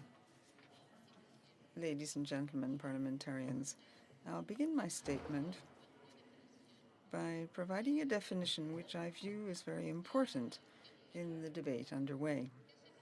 What is peace? According to Wikipedia, peace is a state in which a society enjoys justice, freedom, and social equality, without violence or war. This brief, concise definition defines in just a few words the main goal which we must set ourselves as representatives chosen by the people. We must work unflaggingly to ensure that our states enjoy freedom, justice, and social equality, and at the same time, they must not resort to violence or war.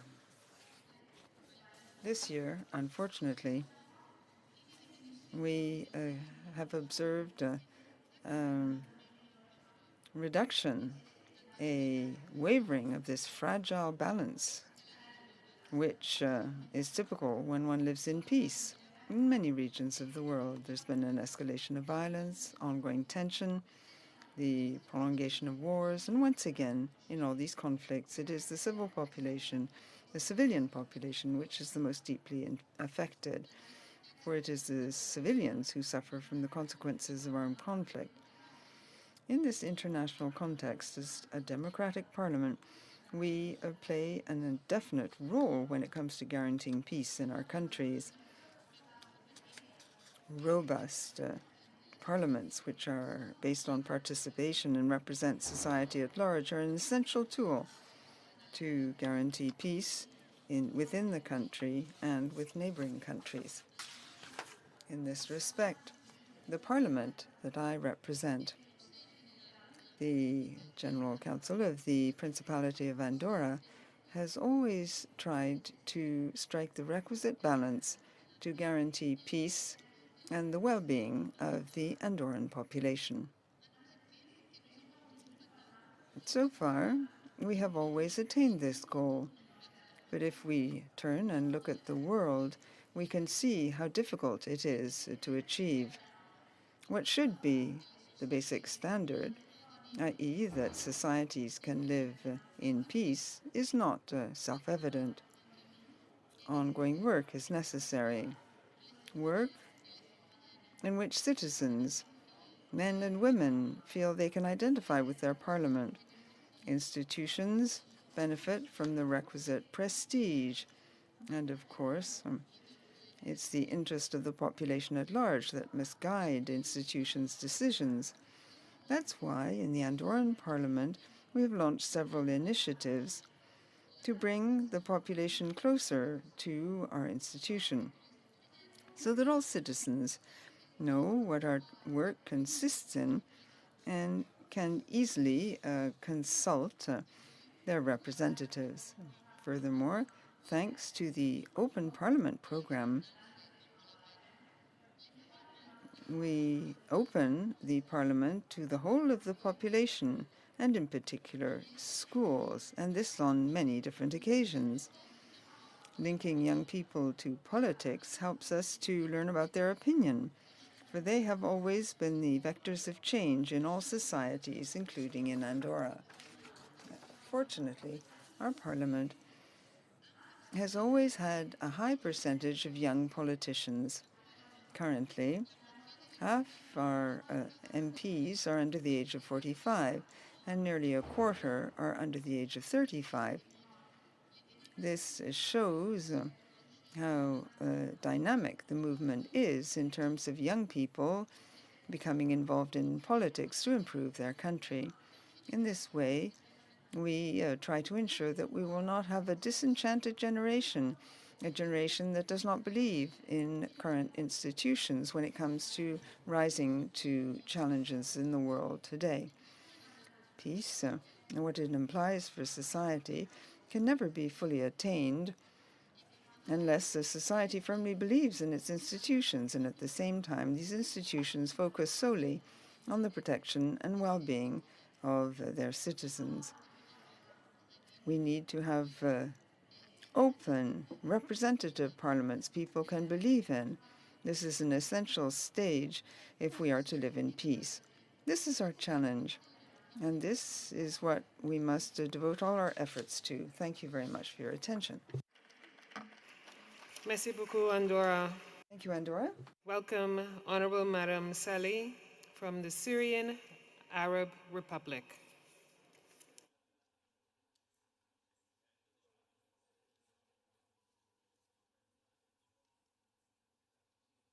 يشرفني أن أنقل إليكم تحيات رئيس متمنين لنا مؤتمرا ناجحا بكل المقاييس. I would like to wish this conference every success. I would also like to congratulate you on the efforts you have made to ensure this assembly is a resounding success. Ladies and gentlemen, it's very important to respect a minute of silence, but a minute of silence is not sufficient to honor the memory of our martyrs. I believe that we are going through very difficult times, and now we need to be enlightened. I'm talking about the Arab nation, the Muslim nation, because currently, if we want to attain our goals, nothing will prevent us from doing so, not even death. At present, we can see the risks of division. We can see the various wars in the region. This shows that the entire world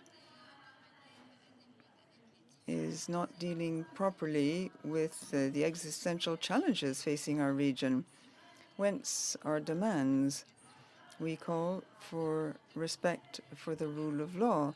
We call for respect for international law.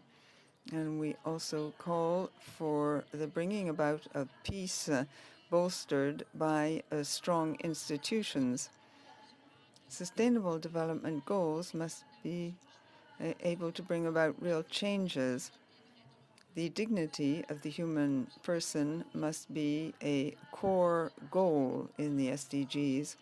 In Syria, as we emerge from the war, we seek to erase the traces of this devastating war. We want to move on to a different stage, a better stage, return to a state of prosperity as in the past. We have a plan of action for Syria in 2022-3, and it complies with international law. Through this plan of action, we seek to create a world in which the rights of all are respected, a tolerant world open to all. This will enable us to bring about real justice.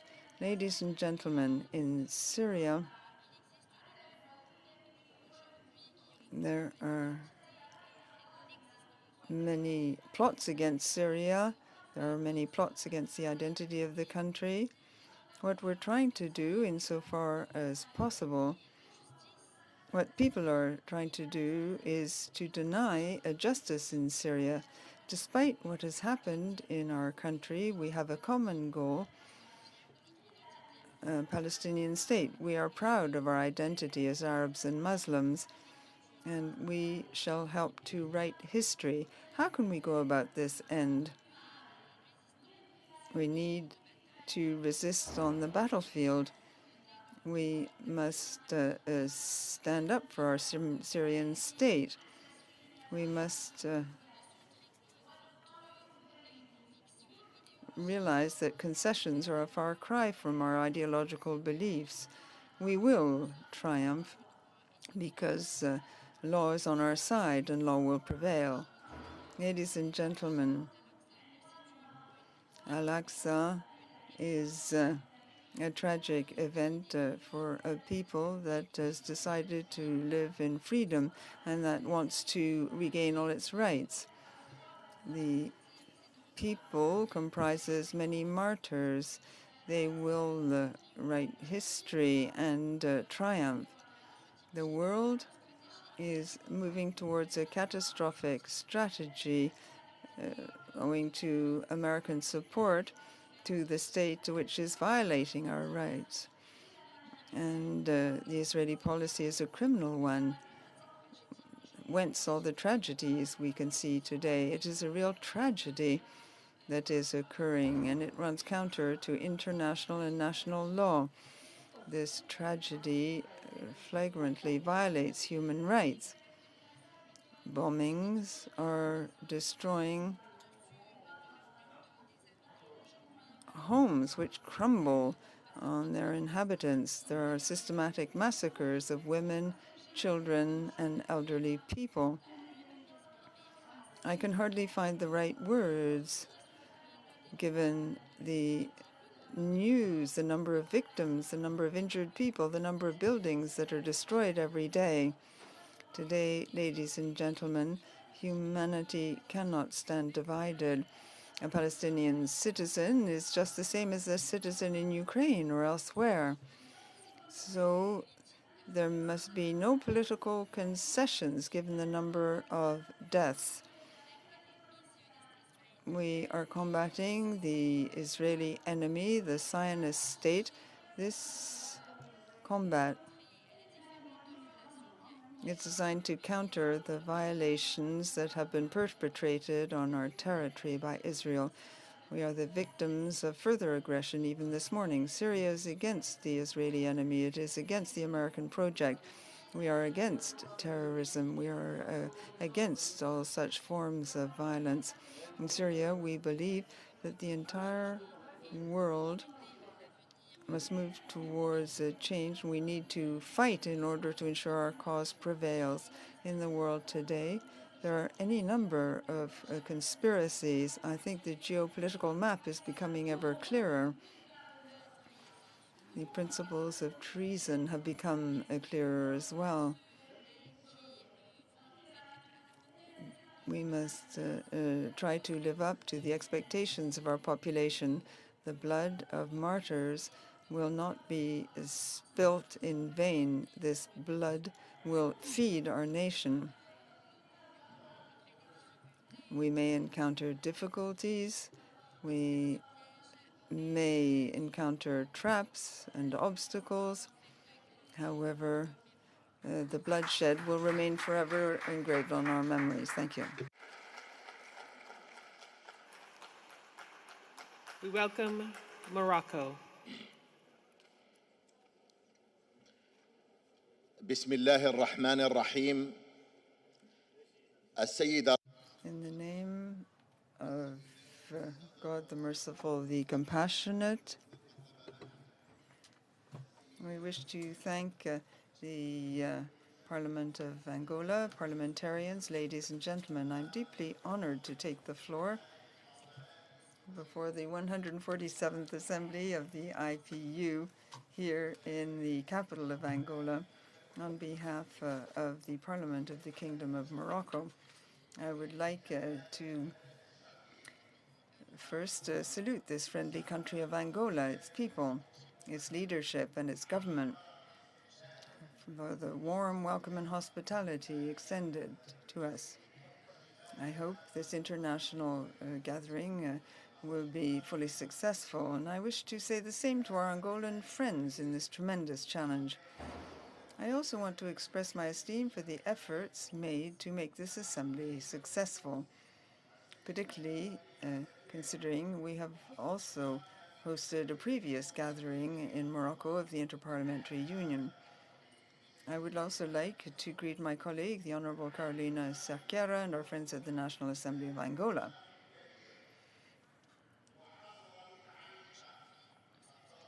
Today, we are following the news, the events in our region. We are following what is happening in occupied Palestinian territories. Civilians are paying the price of unprecedented military action. They're paying the price of violence. And this blockade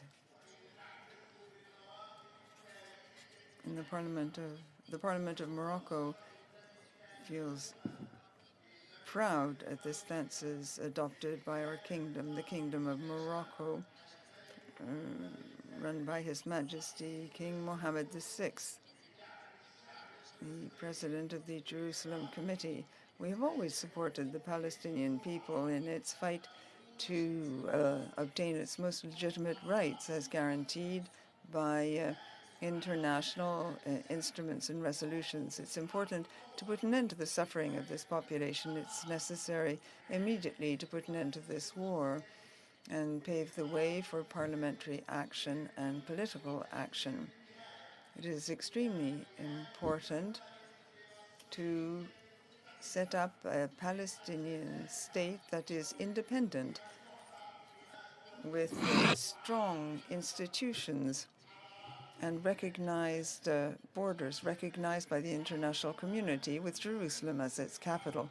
Ladies and gentlemen, the IPU has always been a fundamental reference that orients modern parliamentary practices and supports national parliaments in performing their basic roles, exercising their democratic functions, and consolidating the mechanisms underpinning the establishment of a new social contract that guarantees the implementation of the principles of political, social, and cultural rights, the stability of the social order, and the empowerment of modern, democratic, and active civil institutions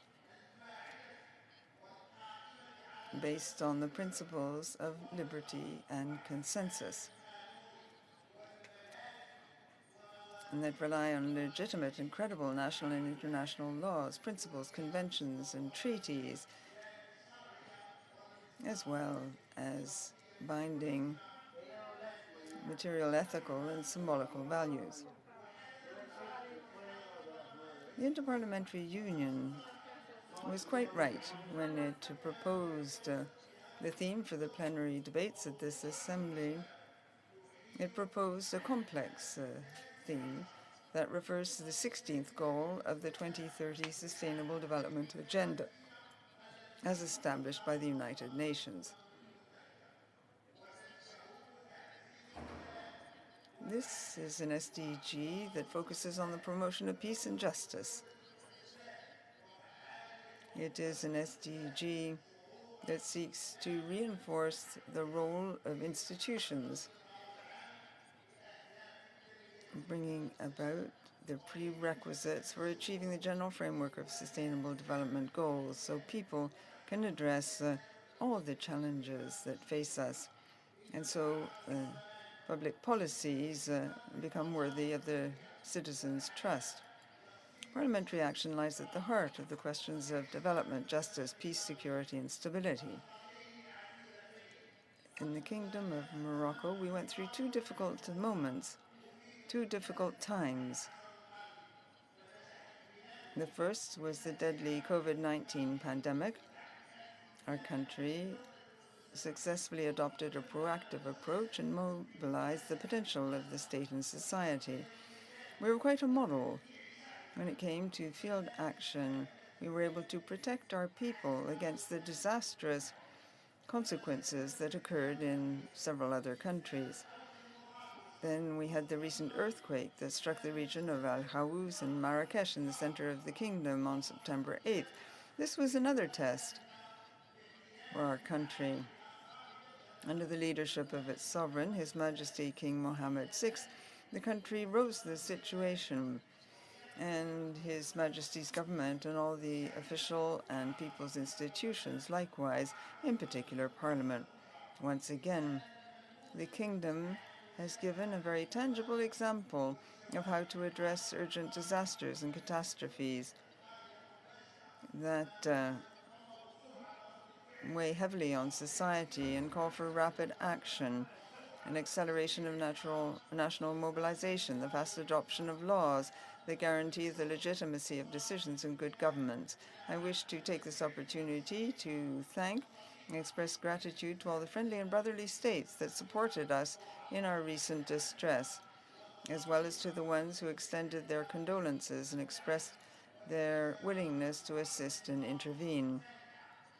I would also like to take this opportunity to underscore that the recent earthquake and before it the devastating pandemic that wore out strong countries and states around the globe, they have shown that a country that has laid the basis of stability by building a strong state and active institutions, drafting a national model for social and economic justice and political development based on human rights.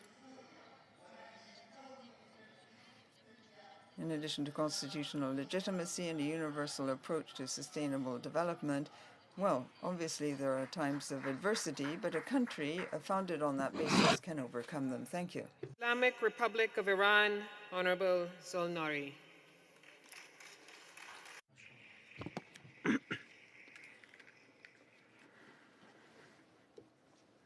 خاموش چرا میکنه؟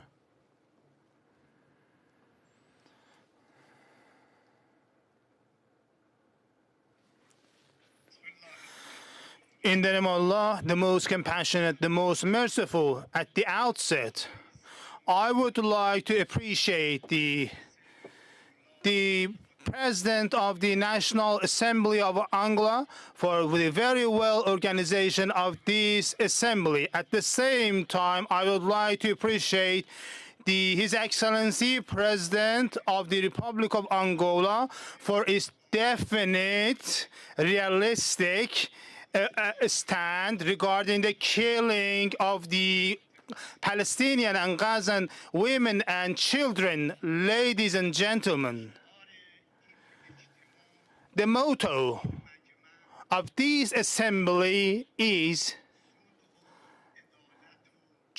peace, justice, and strong institutions. Which justice are we talking about? Which peace are we talking about? Are these some unknown or unidentified phenomena? Or we are talking according to the realities that exist on the ground today? Who are the claimants of peace today? Those who are advocating violence, killing, atrocities, occupation, and exploitation of other countries. They have a history in this regard. Today, which country which is present today, which has not been subject in the colonialization system, an arrogant system, and has not suffered old wounds from the colonization and arrogance? Are there any countries? Can these countries claim to defend human rights and justice? Are they able to run the international bodies and organizations? Are these countries capable of managing strong international bodies? Today, the unilateralism adopted by the arrogant and colonial powers have created a new area of colonization in the world. They create wars and tensions in different countries. They overthrow the legitimate governments through the velvet revolutions and try to install those forces that they advocate them. Are we talking about a peace between the killed and the killers? The Zionist regime of Israel, which was established illegitimately. A regime that in 1948 was established by Balfour Declaration, by the support of the major powers. It is fake and illegitimate. Its territories, the farms, the houses of the Palestinian, the original inhabitants of Palestinian have been usurped. And the immigrants, Jewish nationals who migrated into these territories, which basis of these illegitimate government is legal. Mr. Pacheco, you are talking as the president of IPU. You have been elected by the member states to run and manage the IPU. To echo our ratifications, who has given you the autonomy that before the IPU Assembly to issue 2 resolutions and statements to support the Israeli child killer regime. This is one of the instances of the international body who gave you the permission to express your own personal ideas and stance from the IPU stand and position. Is there any traces of peace and justice in Gaza? Children are killed in Gaza. The parents who have embraced their children, and of course they are killed while they are embracing their children. Churches, mosques, and hospitals, schools are bombarded. Gaza is an open prison.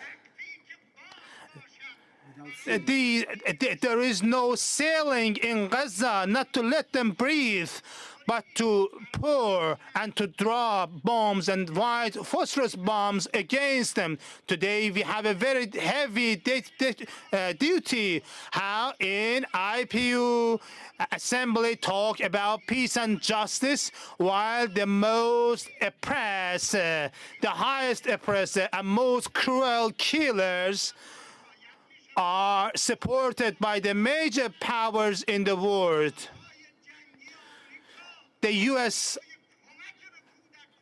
warplane carrier ships are dispatched to the region. How can we talk about peace and security and peace and justice if output and result and outcome of IPU is not to end unilateralism in the world?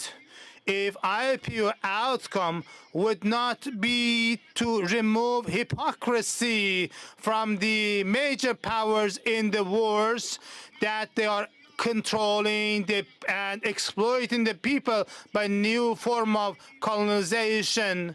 So I believe that in that case, our mission would not be capable, and we have been successful. Thank you very much for your attention.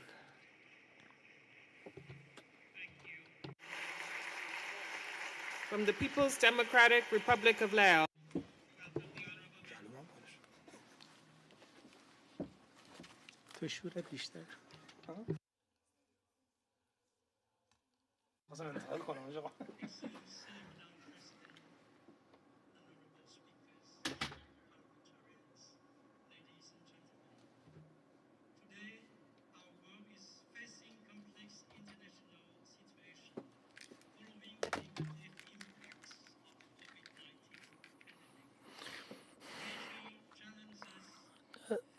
چالش‌های اصلی که کشورهای در حال توسعه دارن تحمل میکنن متفاوت از فقر بسیار شدید و تا مصیبت‌ها و حوادث طبیعی در بیشتر مکانهای دنیا و در جایی که این خشونتی که بین اسرائیل و فلسطین اتفاق افتاده، من به همه طرف‌ها در واقع چیز میکنم که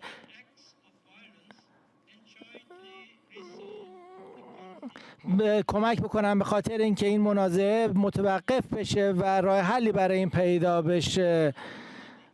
من به نقش بسیار زیاد IPU تاکید میکنم که باید به این مشکلات بپردازه و راه حل هایی پیدا بکنه و توسعه The enabler of the entire SDG framework to encourage peaceful and inclusive societies for sustainable development, provide access to justice for all, build effective, accountable, and inclusive institutions at all levels.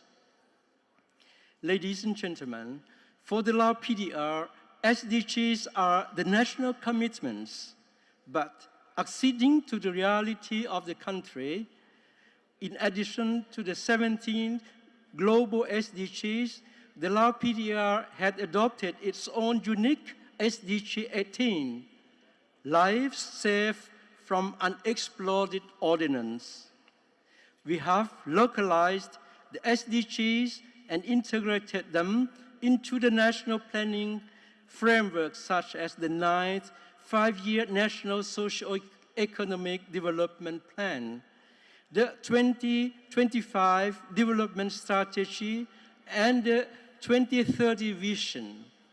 In this regard, the National Assembly of the Lao PDR plays an active role in enhancing social and public governance and administration by approving 163 laws that are complying with the context of the country, the international norms and standards.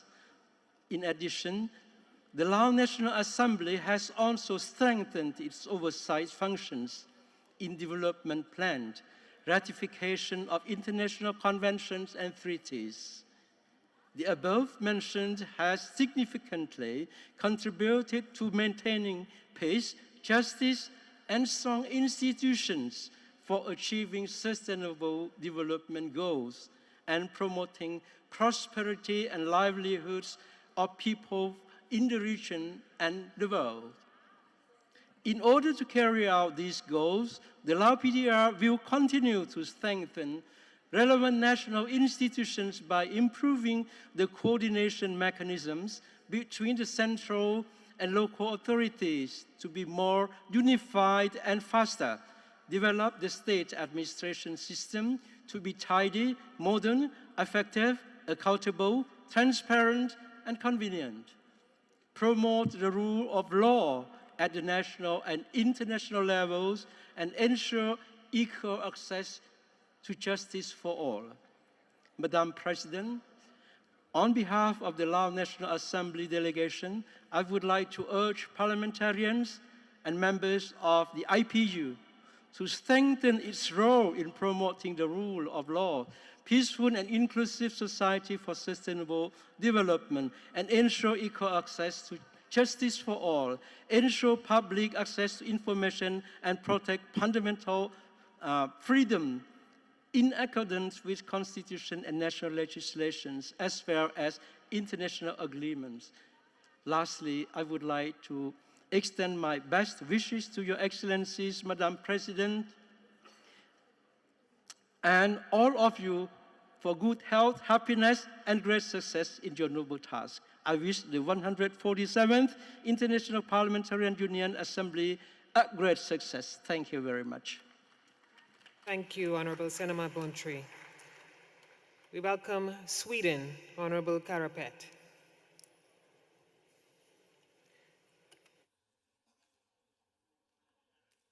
Madam Chair, honorable colleagues, last Monday, Sweden, two innocent Swedes were killed in Belgium.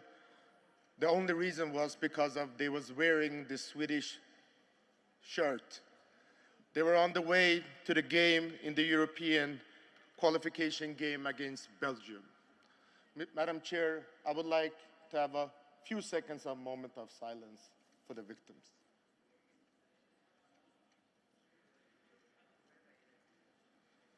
Thank you. Madam Chair, this was Sweden's third terror attack.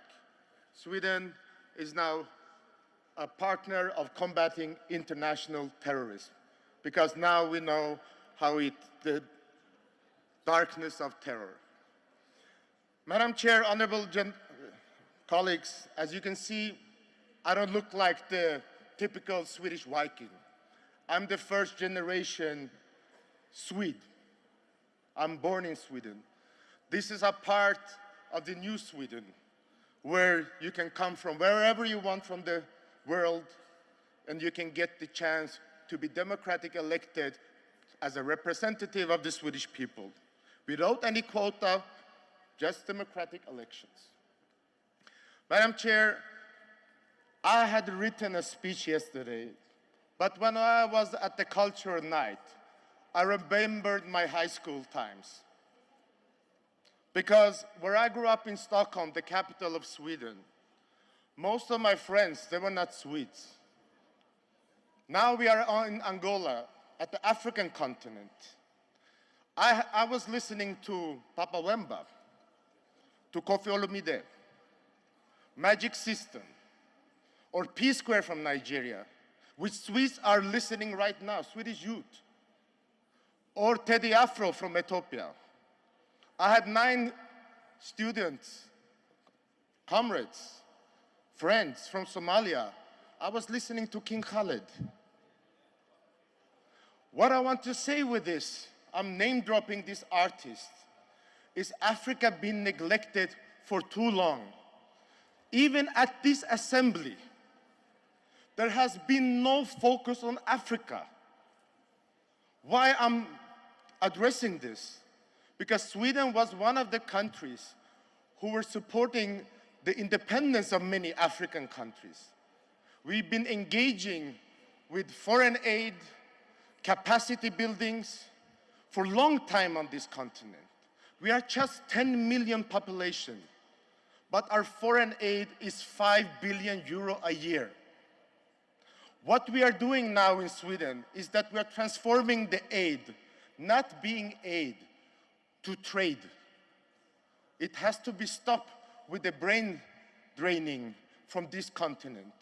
We see that from the migration through the Mediterranean, is the future of Africa, the labor who should stay in their countries and rebuilding their countries, they are leaving the African continent.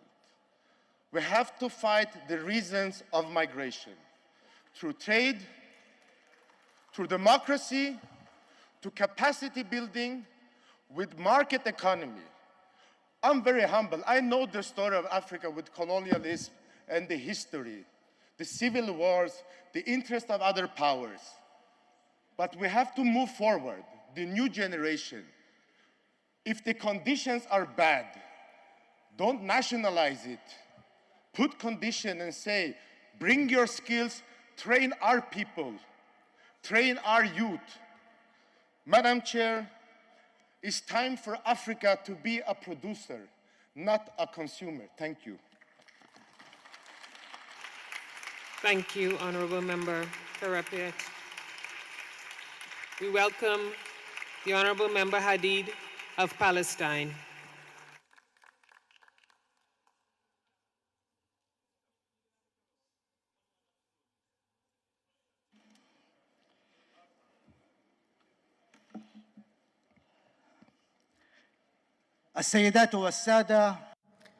Ladies and gentlemen, we have come all the way from Palestine to Angola.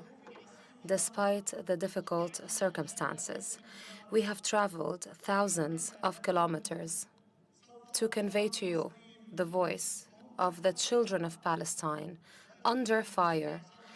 So I beg your indulgence to hear them until the very end. On civilian infrastructure, with a clear aim to cut off men, women, children, of water, electricity, and heating, with the winter coming, these are acts of pure terror. What you have just heard is a statement made by the head of the European Commission 1 year ago, today, about something going on in a completely different corner of the world. The world back then had a standing ovation, applauding her for adopting a position that denotes international law and its respect. 1 year later, the defense minister of the Israeli entity made a statement that I will translate after playing for you. מצור מוחלט על העיר עזה. אין חשמל, אין מזון, אין מים, אין דלק. הכל סגור. אנחנו נלחמים בחיות אדם ואנחנו נוהגים בהתאם.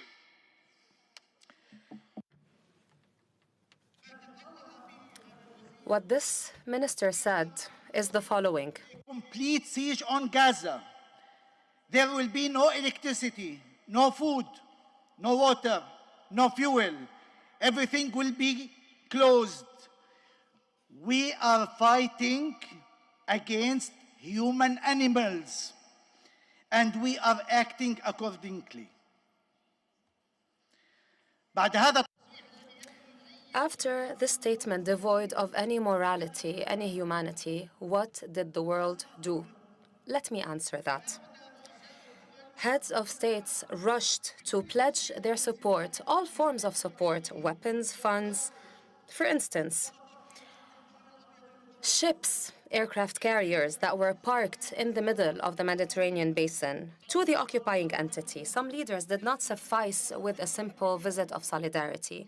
Some of them even flew to the occupying state in a very unprecedented fashion, aboard military aircrafts loaded with weapons of destruction and murder. Only a few days after the war was declared, we started hearing not so innocent voices calling for the opening of humanitarian corridors. Why do I say not so innocent, you might ask? Well, simply because they were seeking the opening of corridors to expulse the inhabitants of the Gaza Strip into Sinai. Their intent was not to bring in humanitarian aid.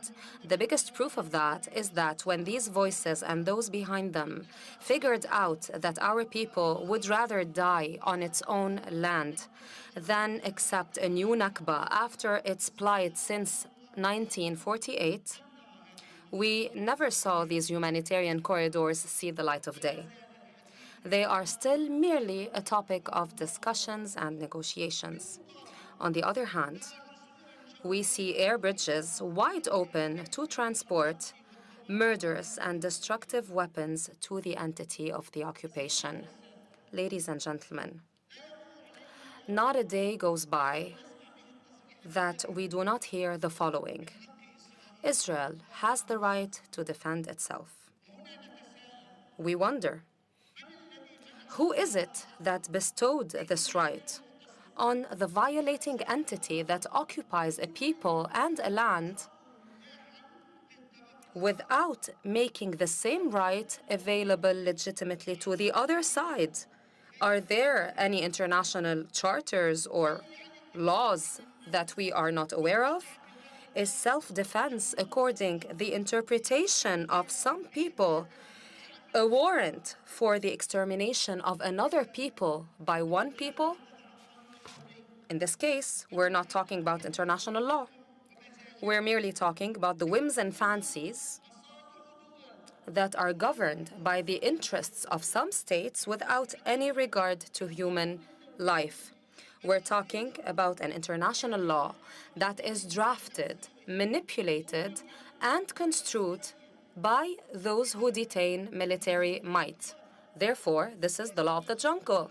This is a policy of double standards that our people has suffered from for over 100 years now. Our people has been enduring the Nakba since 75 years. It was left to hopelessly endure occupation for 56 years. It has been under siege in Gaza for 16 years, unjustly and unfairly. Ladies and gentlemen, our people is being slaughtered today under the watchful eye of the whole world. It is subjected to genocide and ethnic cleansing, a war that is targeting unarmed, innocent civilians, children, women, and the elderly. Homes are being bombarded above the heads of their dwellers. What world hears and sees that there are thousands of civilian victims, among which 1,500 all children, still buried under the rubble and stand still, idle? What world accepts the bombarding of hospitals, shelters, places of worship over the heads of their dwellers? What world accepts the displacement of 1.5 million civilians without saying enough is enough? What world sees entire families wiped off and states that halting the massacres now is not in the interest of Israel? What world looks at Palestinian victims as merely numbers being thrown around by news agencies when they are butchered? Where is the justice in that? I and other colleagues of mine have taken this tribune and have stood at other tribunes over the years, year after year, warning against the danger of an imminent explosion if the Palestinian people is not rendered justice. However, silence and blind bias for the sake of one party to this conflict prevailed. It was like an implicit green light by the international community to the occupying entity to pursue further crimes against our innocent people. Today, we warn you again. Addressing the sequela of this war is something that merely touches the surface. A true solution that will spare our people, our region, and the whole world more calamities and more destruction has to be based on the right of our people to live just like other peoples of this earth. A life in which we enjoy our full inalienable rights. A solution that tackles the root causes of this conflict by putting an end to the Israeli colonial occupation. A solution that guarantees us freedom, justice, and self-determination according to international resolutions, these rights that we were denied of for so many decades. Ladies and gentlemen, what happened yesterday, I'm referring here to the vote on the emergency item. Despite the fact that we as an international organization still fell short of the occasion and we did not do the children in Palestine and their blood any justice, we think that this is a step that paves the way for this interparliamentary union to play a role that goes way beyond statements and declarations that gather dust on shelves. Today, more than ever before, we see a true opportunity for all the peoples of this world to have a say through their own representatives by sending a mission, an IPU mission immediately. By sending a mission of the IPU immediately to the Middle East, tasked with one simple job: exerting all sorts of diplomatic pressure and political pressure to achieve an immediate ceasefire and to guarantee that urgent aid is delivered to our dispossessed, devastated people before regret and shame ravage us, before the images of people dying out of hunger, starvation, thirst, and the lack of medical equipment and medication. Allow me to add here that the statements that we heard yesterday make it imperative for us to have a final declaration that clearly stipulates that the majority supported the call to end the war. Ladies and gentlemen, all those images of bloodshed and destruction unmoved some, and those who were unmoved by these images have to revisit their morality and their humanity at once. Thank you. Honourable Member of Palestine. Honourable Member for the Gambia. You may take the podium.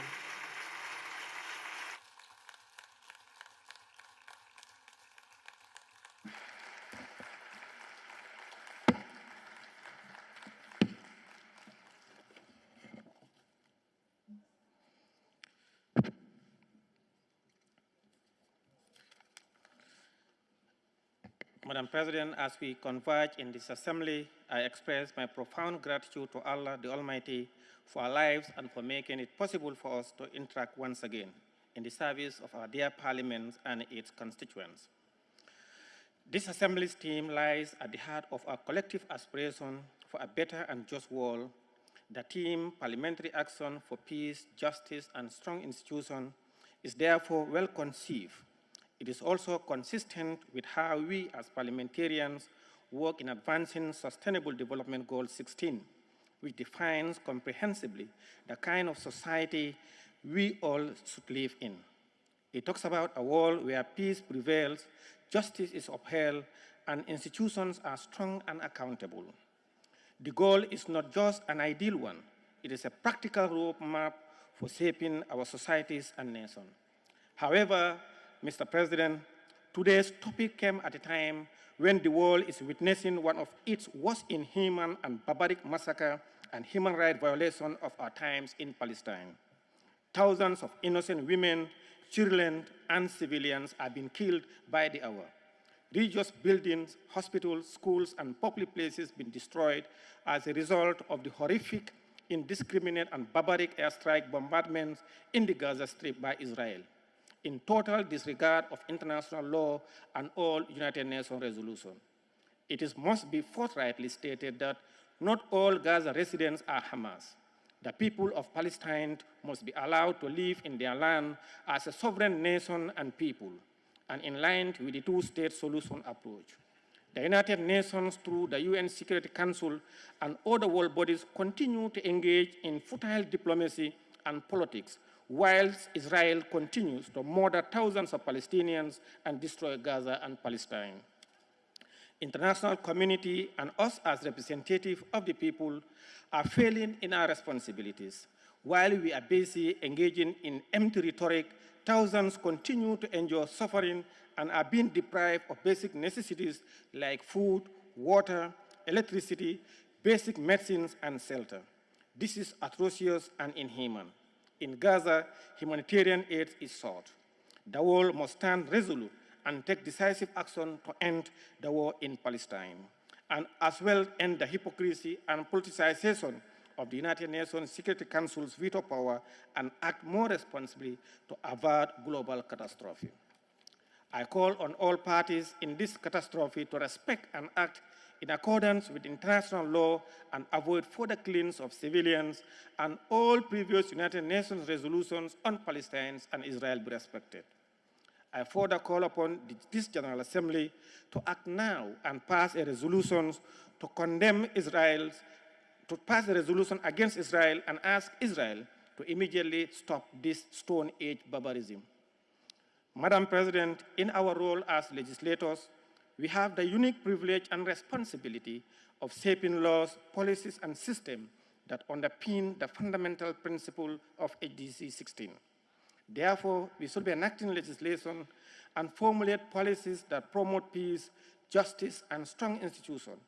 These laws can serve as shield against conflict and injustices, while also providing a solid foundation for building accountable and transparent institutions. Although oversight and accountability are the pillars of good governance through our parliamentary committees, it is also essential that we scrutinize the actions of the executive branch, ensuring that they align with the principle of SDG 16. Also, as parliamentarians, budget allocation is another significant tool at our disposal. We can direct resources toward initiatives that support SDG 16, whether it's funding for law enforcement agencies, the judiciary, anti-corruption efforts, or institutions that promote good governance. Madam President, at the National Front, the Republic of the Gambia, in its constitution, guarantees for the complete separation and independence of institutions of the state. Since the change of government in 2017, His Excellency the President, Mr. Adama Barrow, has worked towards complete autonomy of the Parliament to strengthen both its financial and political independence to effectively carry out its core mandate.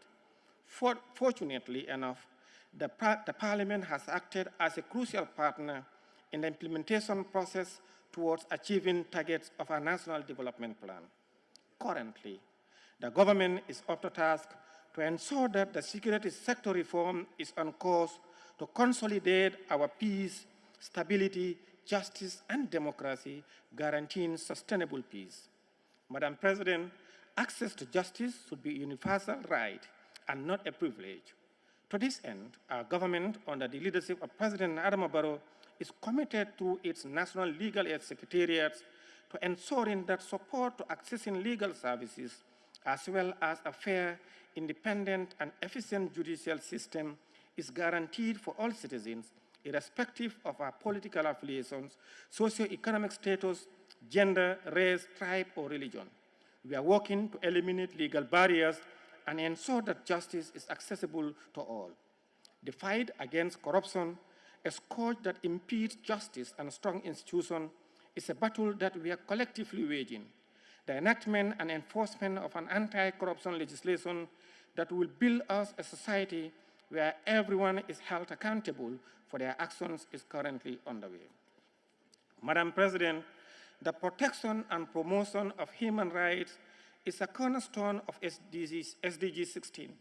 It is our responsibility to advocate for the rights of all individuals, including those who are marginalized and vulnerable.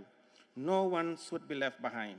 In conclusion, as parliamentarians, we should be the architects of a society that upholds principles of democracy and good governance and strong institutions. Let us work together across borders to ensure that our collective efforts bring us closer to the world we envision, a world where peace, justice, and strong institutions prevail for the betterment of all humanity. I thank you all. Thank you, Honorable G. from the Gambia. We welcome to the podium Honorable Cassini of Italy. Honorable Cassini, you will be our final speaker for the day. Okay. Dear leaders, dear colleagues, there is a profound link between peace and justice. In order not to be volatile or fragile, and to be as authentic and lasting as possible, peace must be based on justice. But justice cannot be ensured unless we have strong and fair institutions. This is why peace, justice, and good governance should increasingly be seen not only as a means of development, but as its outcome. The transition that followed the collapse of the world divided into two blocks, the globalization of the economy, which widened the health gap globally, the re-emergence of new regional instabilities following the Arab Spring of 2011, the numerous environmental disasters that have caused famine and migration in many areas of the world, the continuing war in Ukraine with its aftermath on food and energy, and last but not least, the tragic events following Hamas' brutal aggression against the state of Israel, which has brought the Israeli-Palestinian issues again to the foreground, and which we all had guilty removed from the multilateral agenda of international politics, showed how much of the world lives in insecurity on a daily basis, and ultimately how many regions of the planet are at risk of violent conflicts. Parliaments have a duty not to remain subordinate to the approach of governments, and to stand up and condemn what is unacceptable. No political expediency can ever justify false and hypocritical double standards. Hamas violence is a dark page in modern history. The Palestinian state must exist and live, and its cause cannot be advanced through these methods. The two-state solution is the only possible way forward, and Israel's policy of constantly building new settlements in the Palestinian territories is, let us not forget it, illegal. These are issues that cannot be ignored or evaded. Despite the joint efforts of the institution, UN data are still alarming. Of the 430 million people that are expected to live in extreme poverty in the world in 2030, 75% will live in highly violent countries. These data defy the ability of our countries to develop regulatory and political instruments that can effectively prevent and respond to the sheer size of these challenges and commit us parliamentarians to listen to each other and develop a common stance. Of this occasion, I cannot help recalling that my hometown is ready to welcome in 2025 the Jubilee announced by Pope Francis. I would therefore like to invite you all to take part in one particular event, the Jubilee of Government Leaders. This is a very important occasion to call everyone, believers and not believers, to be responsible builders of a better world. The Holy Father has recalled several times, and particularly in the encyclical Fratelli Tutti, which shares a common vision that brotherhood and taking care of creation are the only ways towards comprehensive development and peace. Roma is also the city that, over the course of its 3,000 years of history, has made inclusion one of the particular traits of its identity. If, as I hope, it will be chosen of the host for Expo 2030, it will once again to be able to serve as a place for encounter and discussion to reflect on the challenges awaiting us, share best practices, and find answers from which we can all benefit together, so as to ensure a better future for all people on Earth. Thank you very much. Thank you, Honorable Cassini of Italy, and for your invitation. Honorable members, excellencies, this will end our general debate for today. We will resume tomorrow at 9 a.m. Thank you for your participation, your diligence, your communications. We will resume the debate on the theme Parliamentary Action for Peace, Justice, and Strong Institutions, SDG 16 at 9 a.m. tomorrow. Enjoy your evening.